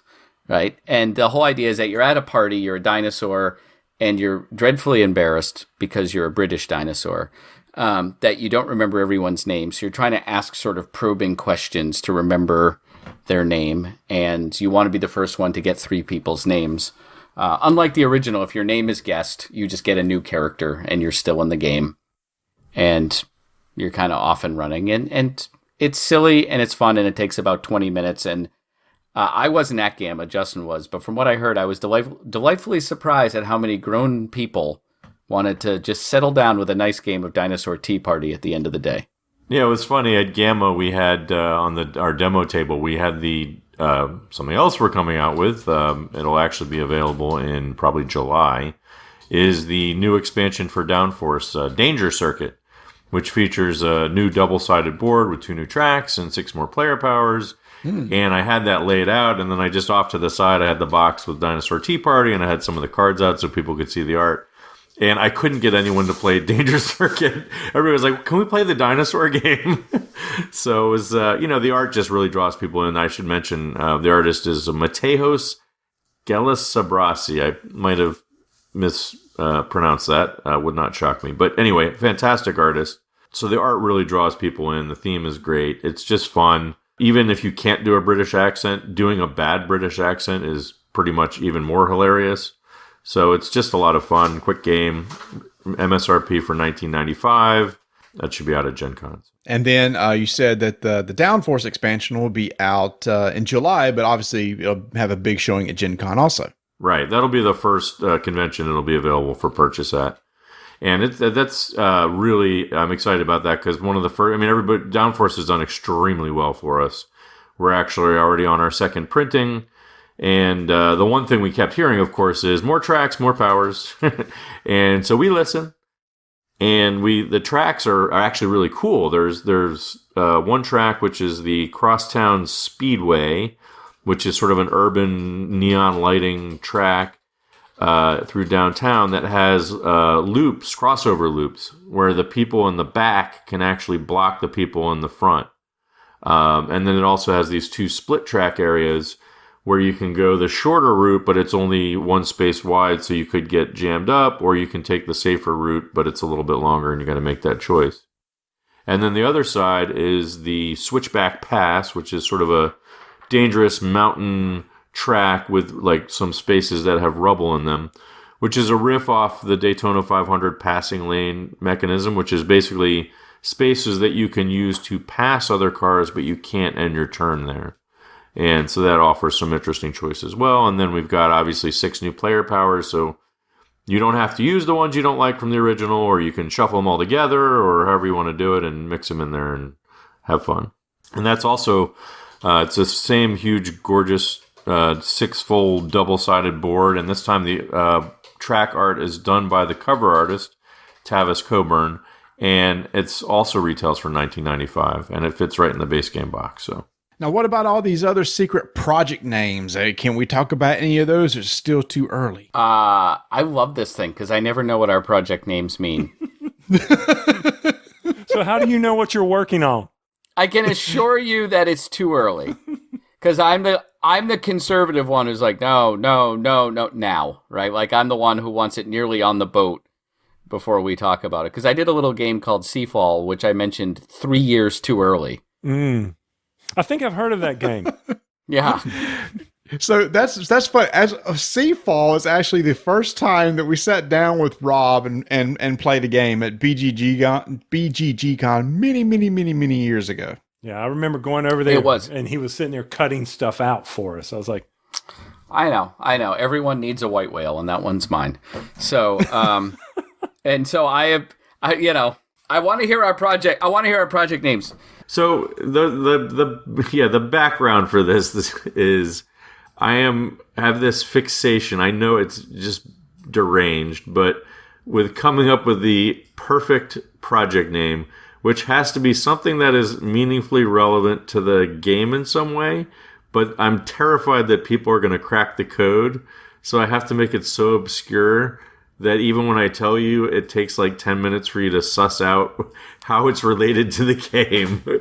So I don't know what it is. It's a quirk. It's my quirk. And that's a cute little quirk. It's kind of like people trying to crack the codes of me naming these episodes after song. Yeah. And by the way, okay, stop. Oh, I set you up. Y'all don't know the name of this episode yet. So if you don't listen to our show, we always try to come up with songs, usually pop songs, rock songs. Typically, they're classic rock songs that have to relate to some game we're talking about. So we're... Great Balls of Fire. No. Dang it. That would have been good. You can't do Great Balls of Fire. Well, Tony, you strike me as a huge Pitbull fan, so... Ooh. I could have done Pitbull. What? No, I didn't do Great Balls of Fire because, once again, as I was pointing out to Marty at the beginning, those songs are all about love. And Fireball Island's not about love. Well, but the name it doesn't matter. The name is still in. Disco Okay. Wait. I love a good trivia. So it's not a love song that ties, but it's a classic rock song and it ties into Fireball Island. Is it Disco Inferno? That would have been good. Oh, dang, that would have been good, That would have been good, too. Where were you guys when I was trying to come up with a name? You should have told me this last Monday. Okay, it's okay. So it's Fireball Island. So I immediately started thinking about island songs. Pina Colada song. Oh my god! You'll never. That Beach Boys song with all the islands in it. No, not Kokomo.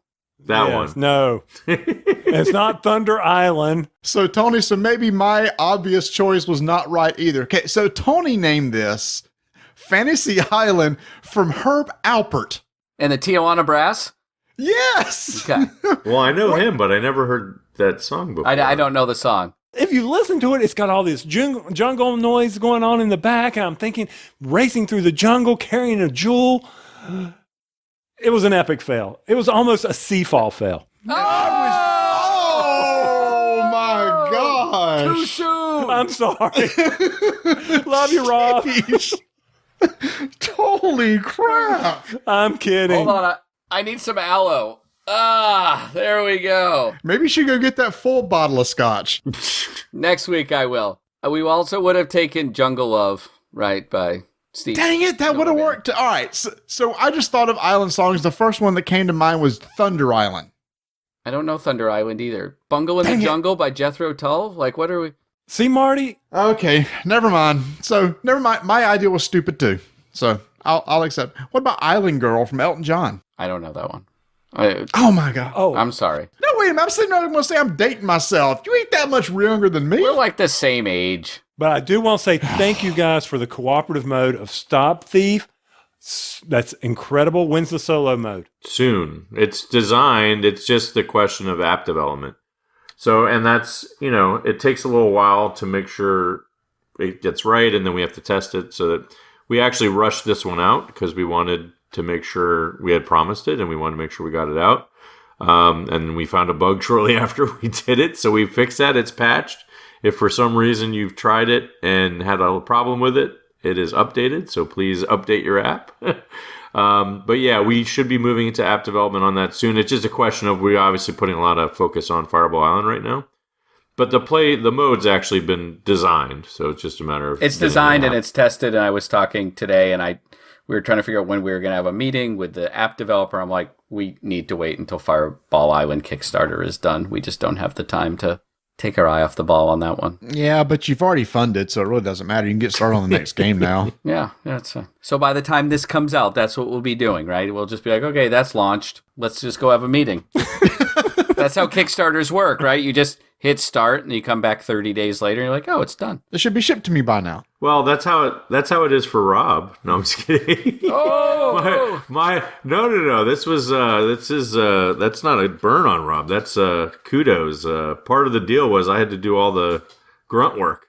Yeah, no, I am not doing as much on the Kickstarter planning because I'm painting prototypes and playtesting and doing and designing stuff. games, you know, And like the stuff that he's actually games. I am trying to stay on the edge of the Kickstarter stuff, so I'm not oblivious, but not wading in and writing copy and editing videos and things that I've done before. We much prefer our Rob designing games. And then all that legal stuff where, you know, maybe somebody else went to school for. And by the way, that's an excellent choice of drink, Justin, Diet Coke. Have you tried the new mango? Oh, Lord. I heard you talking about this on your most recent episode. I'm not just on the show, I am a fan.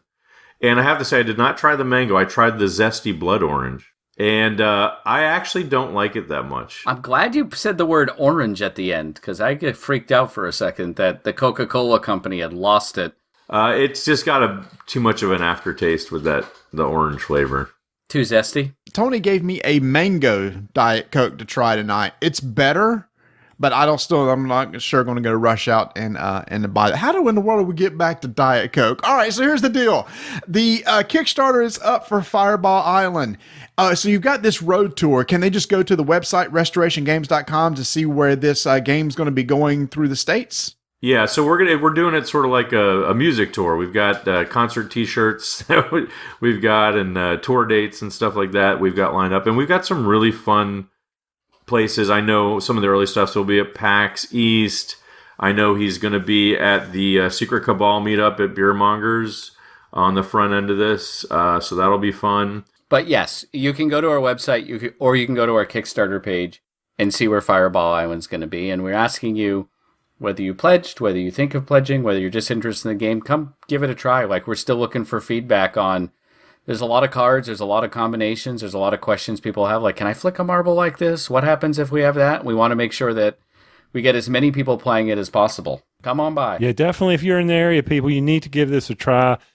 And if you haven't even gone to the Kickstarter page, you need to, because, Lord, I don't want to be embarrassed. Yeah, because they're unlocking stretch goals right now. Yes, more stretch We've goals. already unlocked 300 stretch goals. So you asked, actually, I want to mention. So you asked about some of these stretch goals, and so we've got some obvious things, right? Like, you know, a little bit of upgrade here, adding some more content there, but some of the fun stuff we were talking about, I just want to mention real quickly. So, for example, one of the early stretch goals we're looking at is Jason Taylor, our graphic design, guru, designed the font that is used on the game, and that is one of the stretch goals. Is if we hit a stretch goal, we're going to release that font and let people use that font to make their own stuff.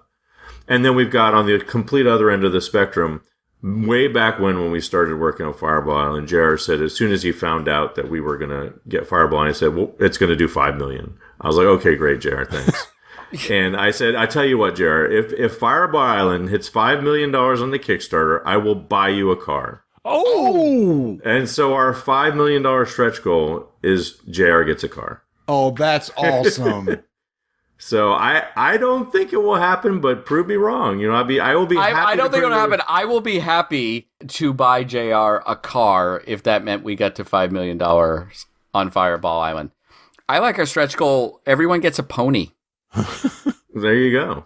Yeah. Well, let me check the Kickstarter right now. You're already at $2.5 million. So you've only got $2.5 million more and we to go. launched 6 minutes ago. This is incredible.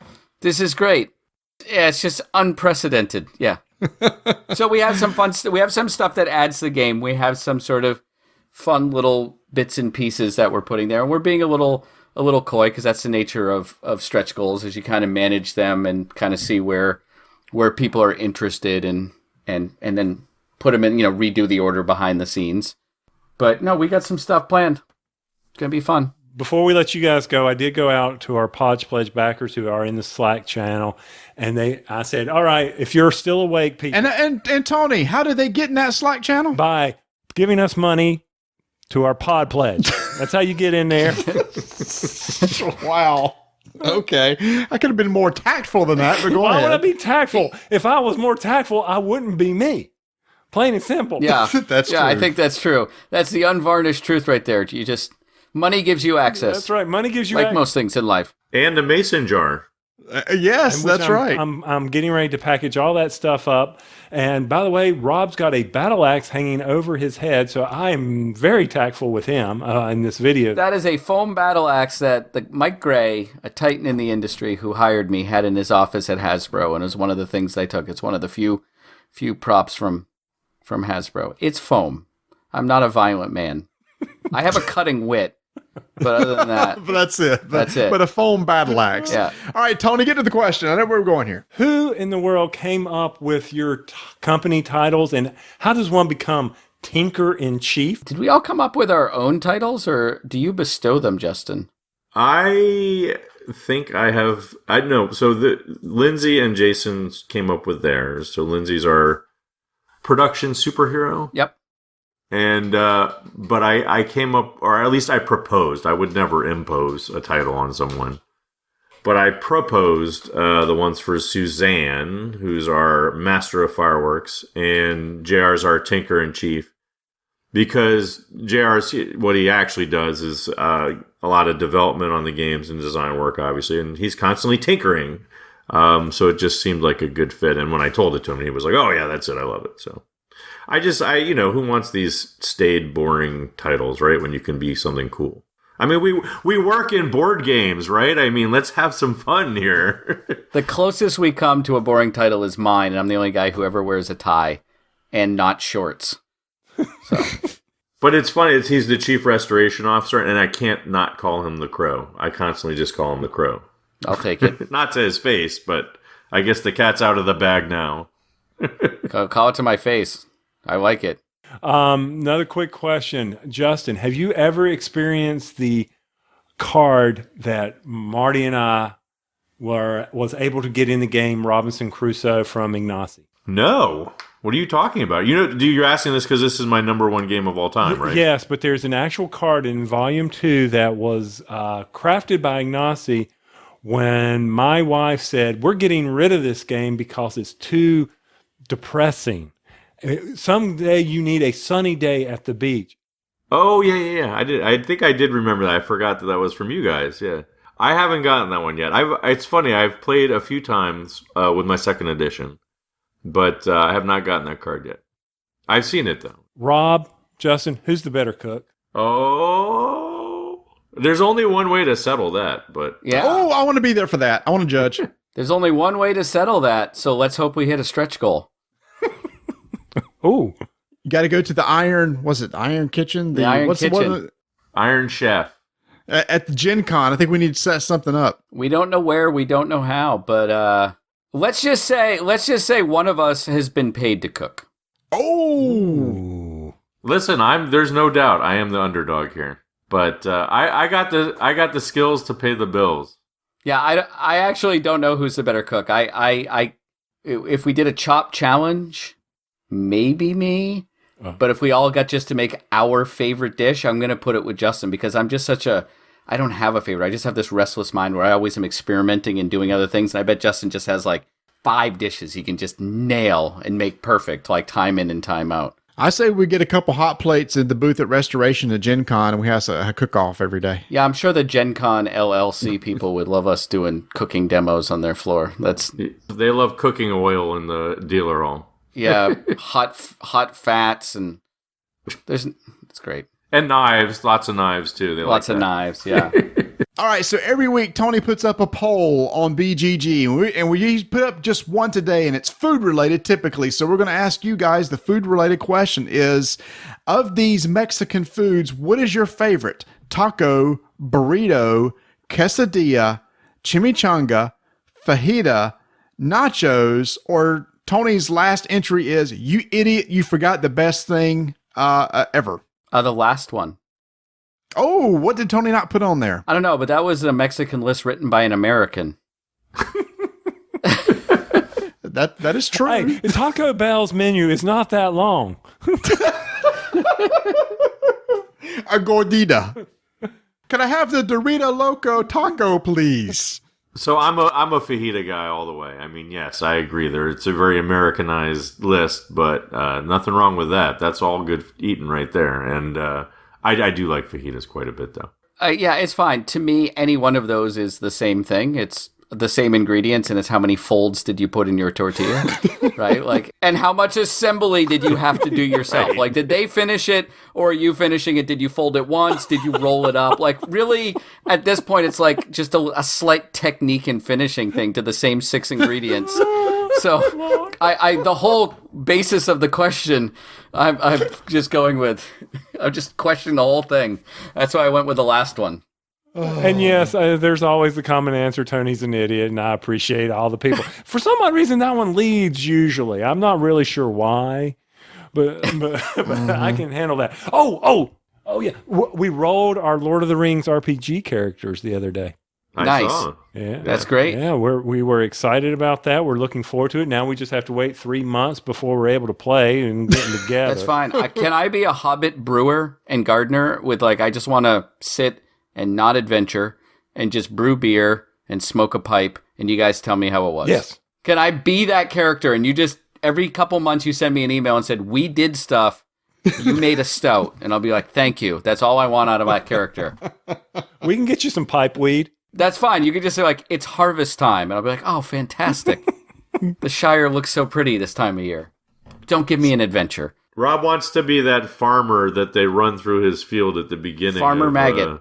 Yeah, Farmer Maggot, exactly. That's who Rob wants to be. Yeah, a shortcut to mushrooms. Is that what it is? Now I don't remember. Someone out there is going, no, that's not it. That is not right. They'll let us know. Of course they will, and that's fine. We're happy with that.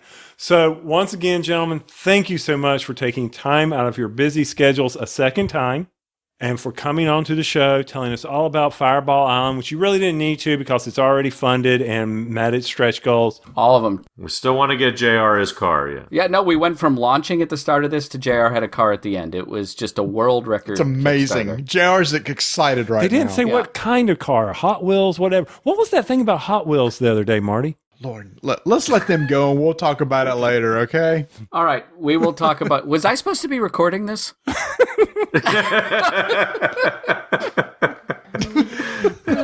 Thank you, gentlemen, and we cannot wait till we have you on again. I'll see you Monday.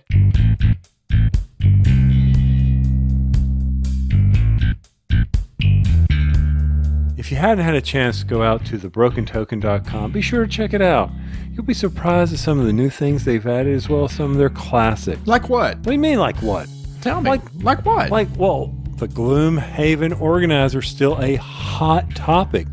Then you've got the Mystic Veil Organizer, and we all know that the Kickstarter for the Mystic Veil just ended, so be sure to get that. No, it did not. It didn't? No, Edge of Darkness just ended. Well, Edge of Darkness.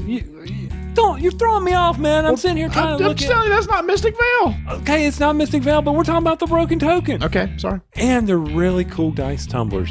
They're modular. Did you know that? I want one. I want two. I want multiples of those. I want to see you try to put together the modular dice tumblers, and then it stands 5 feet off the floor. I would love to. I think I'd rather do that than the Gloomhaven insert. I'd rather drop dice down that than sit there and read flavor text. Anyway, go check out thebrokentoken.com.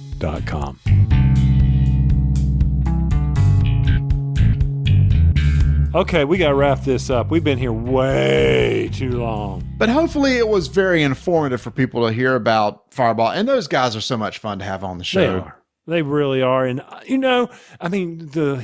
could just sit there and listen to talk about the whole engineering behind doing the mold form to make the island. That, to me, was very intriguing. And we were just joking about how much money they're going to make and stuff. But, Tony, honestly, I bet you it does fun within the first day. I hope it does. They deserve it. I mean, I'm seriously thinking, okay, do I want to go in a penny for, what is it, a pound for a penny for a pound? Sure. Okay, one of those two. Do I want to get the expansions, or do I want to see if we're going to be getting the original back out on the table before? But the bees, just that whole idea of releasing the bees. I mean, that is just so Crouching Tiger, Hidden Bees. Speaking of Crouching Tigers, yeah. So, are you still going to comic book stores? What the heck does a Crouching Tiger have to do with a comic book store? Nothing. I'm just trying to move on. Okay. I still do go every once in a while. Because there's a couple comics I still pick up here and there. So yes. Okay. Have you put in your pre-order for Action Comics number 1000? I saw that was coming out. I didn't know that I needed to. I thought I should just be able to walk in and get it, because don't you think they're probably going to overprint those? I think so. I mean, there's, some major artists are going to be on it, Jim Lee, so forth, some a story not ever printed before.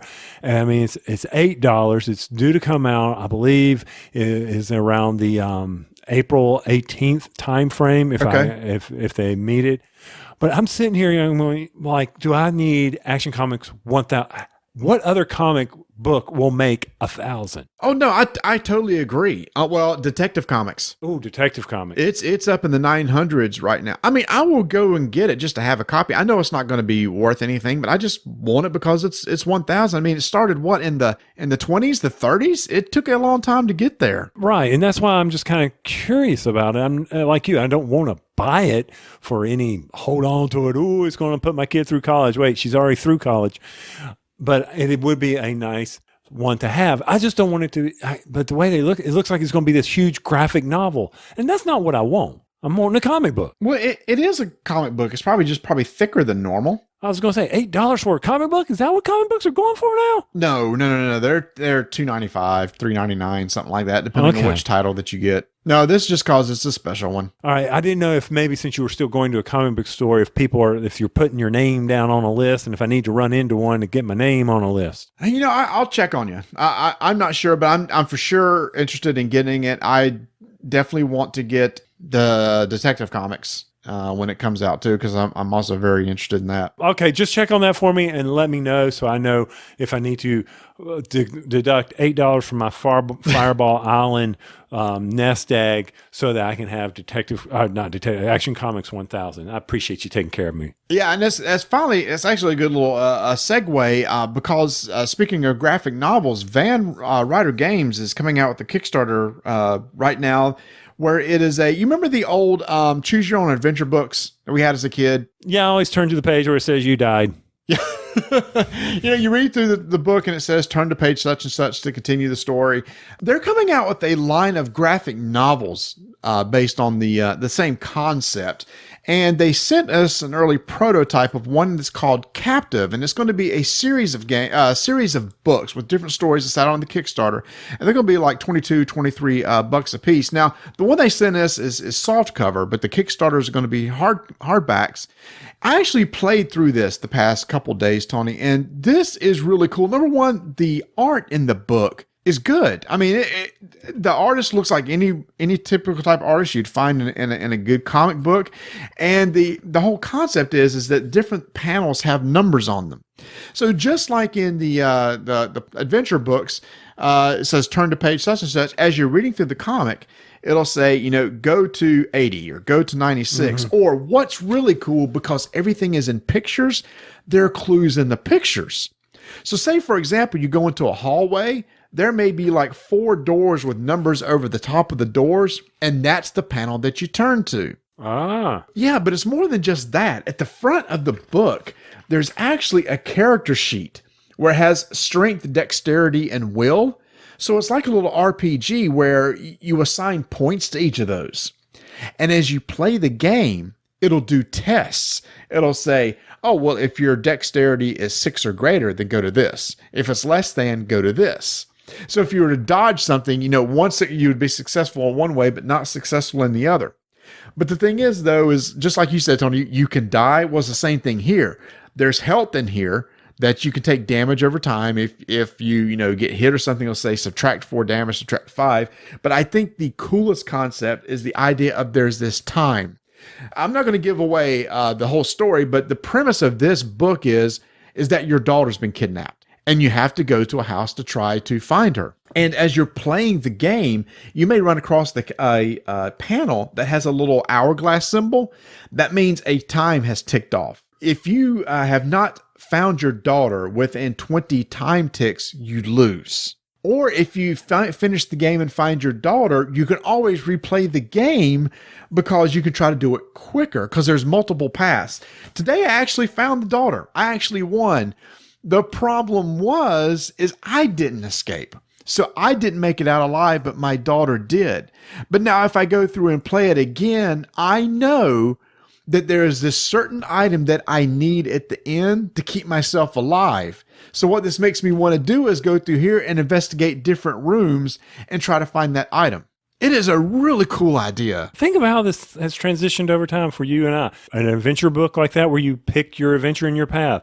We had those highlighting pens that would turn things that were invisible and suddenly they appear. You remember those Yes. books? And we continue down the line. Now there's these things called escape rooms, and now there's the exit and unlock games. And look, we've come back to an adventure book. I'm liking this. But history repeats itself. Look at that. It's amazing. I have a series of books called Destiny Quest, which is like a choose your own adventure, but it's like an RPG too, because it has stats and everything. So this kind of combines that with the graphics. Like today I was looking at one panel and I happened to notice there was a small number on a desk in one of the panels. And I went and flipped to that page. Sure enough, it was a note for me to read. It was a clue. So not only are you reading it, you need to look at the art itself and look for clues embedded in the art. So I'm very excited about these. This is again a Kickstarter by Van Ryder Games. There's a whole series of books. There's different stories. There's going to be character sheets online. So you haven't ever got to write in the book. So Tony, it'd be one of those things. You could get a book. I get a book. And then we trade. So I finish the adventure, hand this off to you, and you can play it too. So I think this is really cool. I'm very excited to see what they do with it. Again, it's like $23 hardback. Go check it out. It's on Kickstarter, and we'll put a link when it's up in our blog or on our website, or I will share it on Twitter at Dyson Names. I was going to say, you better remind me about that. I don't always remember that. Putting those links in there. Yeah, well, that's what I'm here for. If you have not responded to your Pod Pledge survey for your shirt, please do so. Marty and I would kind of like to get those out the door so you can be fashionable for the upcoming con season. Fashionable? Is that what we're calling it now? Yeah, it's fashionable. It's a T-shirt. Everybody's All right. You're going to look really good in those things. Let's face facts. I mean, it's special. Yeah. You're going to look really neat. And if you just say, you know what, I don't want to give you guys any money, but I want really one of those cool shirts, you can go out to redbubble.com and get some shirts from there. Every once in a while, they run sales. Like today, for example, they're running a 20% off all T-shirts. So if you're listening to it, you missed out on that sale, but there'll be other sales, I'm sure of that. So please come check us out at rollingdicetakingnames.com. Did I get it right this time? You did get it right. Oh, sweet. And keep rolling dice. And taking names. Thanks for listening to RDTN. If you'd like to, follow us on Twitter at Dyson Names. We're trying to get 1,500 members in our BGG guild, so please join the guild at 1589. And don't forget, you can get a special code from Miniature Market if you go to miniaturemarket.com/RDTN. I'm tired. I'm whipped. This interview took it out of me. I don't have anything in me. I can't do this after a bit tonight. Dude, we got to come up with something. I think it's time that we unveil Plan B. Dude, come on. I know there's the, in case of emergency, break glass Plan B, but that's cheap, man. Unless you got something, Plan B it is. Fine. Alexa, tell me a joke. Knock, knock. Who's there? Karma. Karma who? Karma, karma, karma, karma, karma, chameleon. You come and go. You come and go. Oh, oh, oh.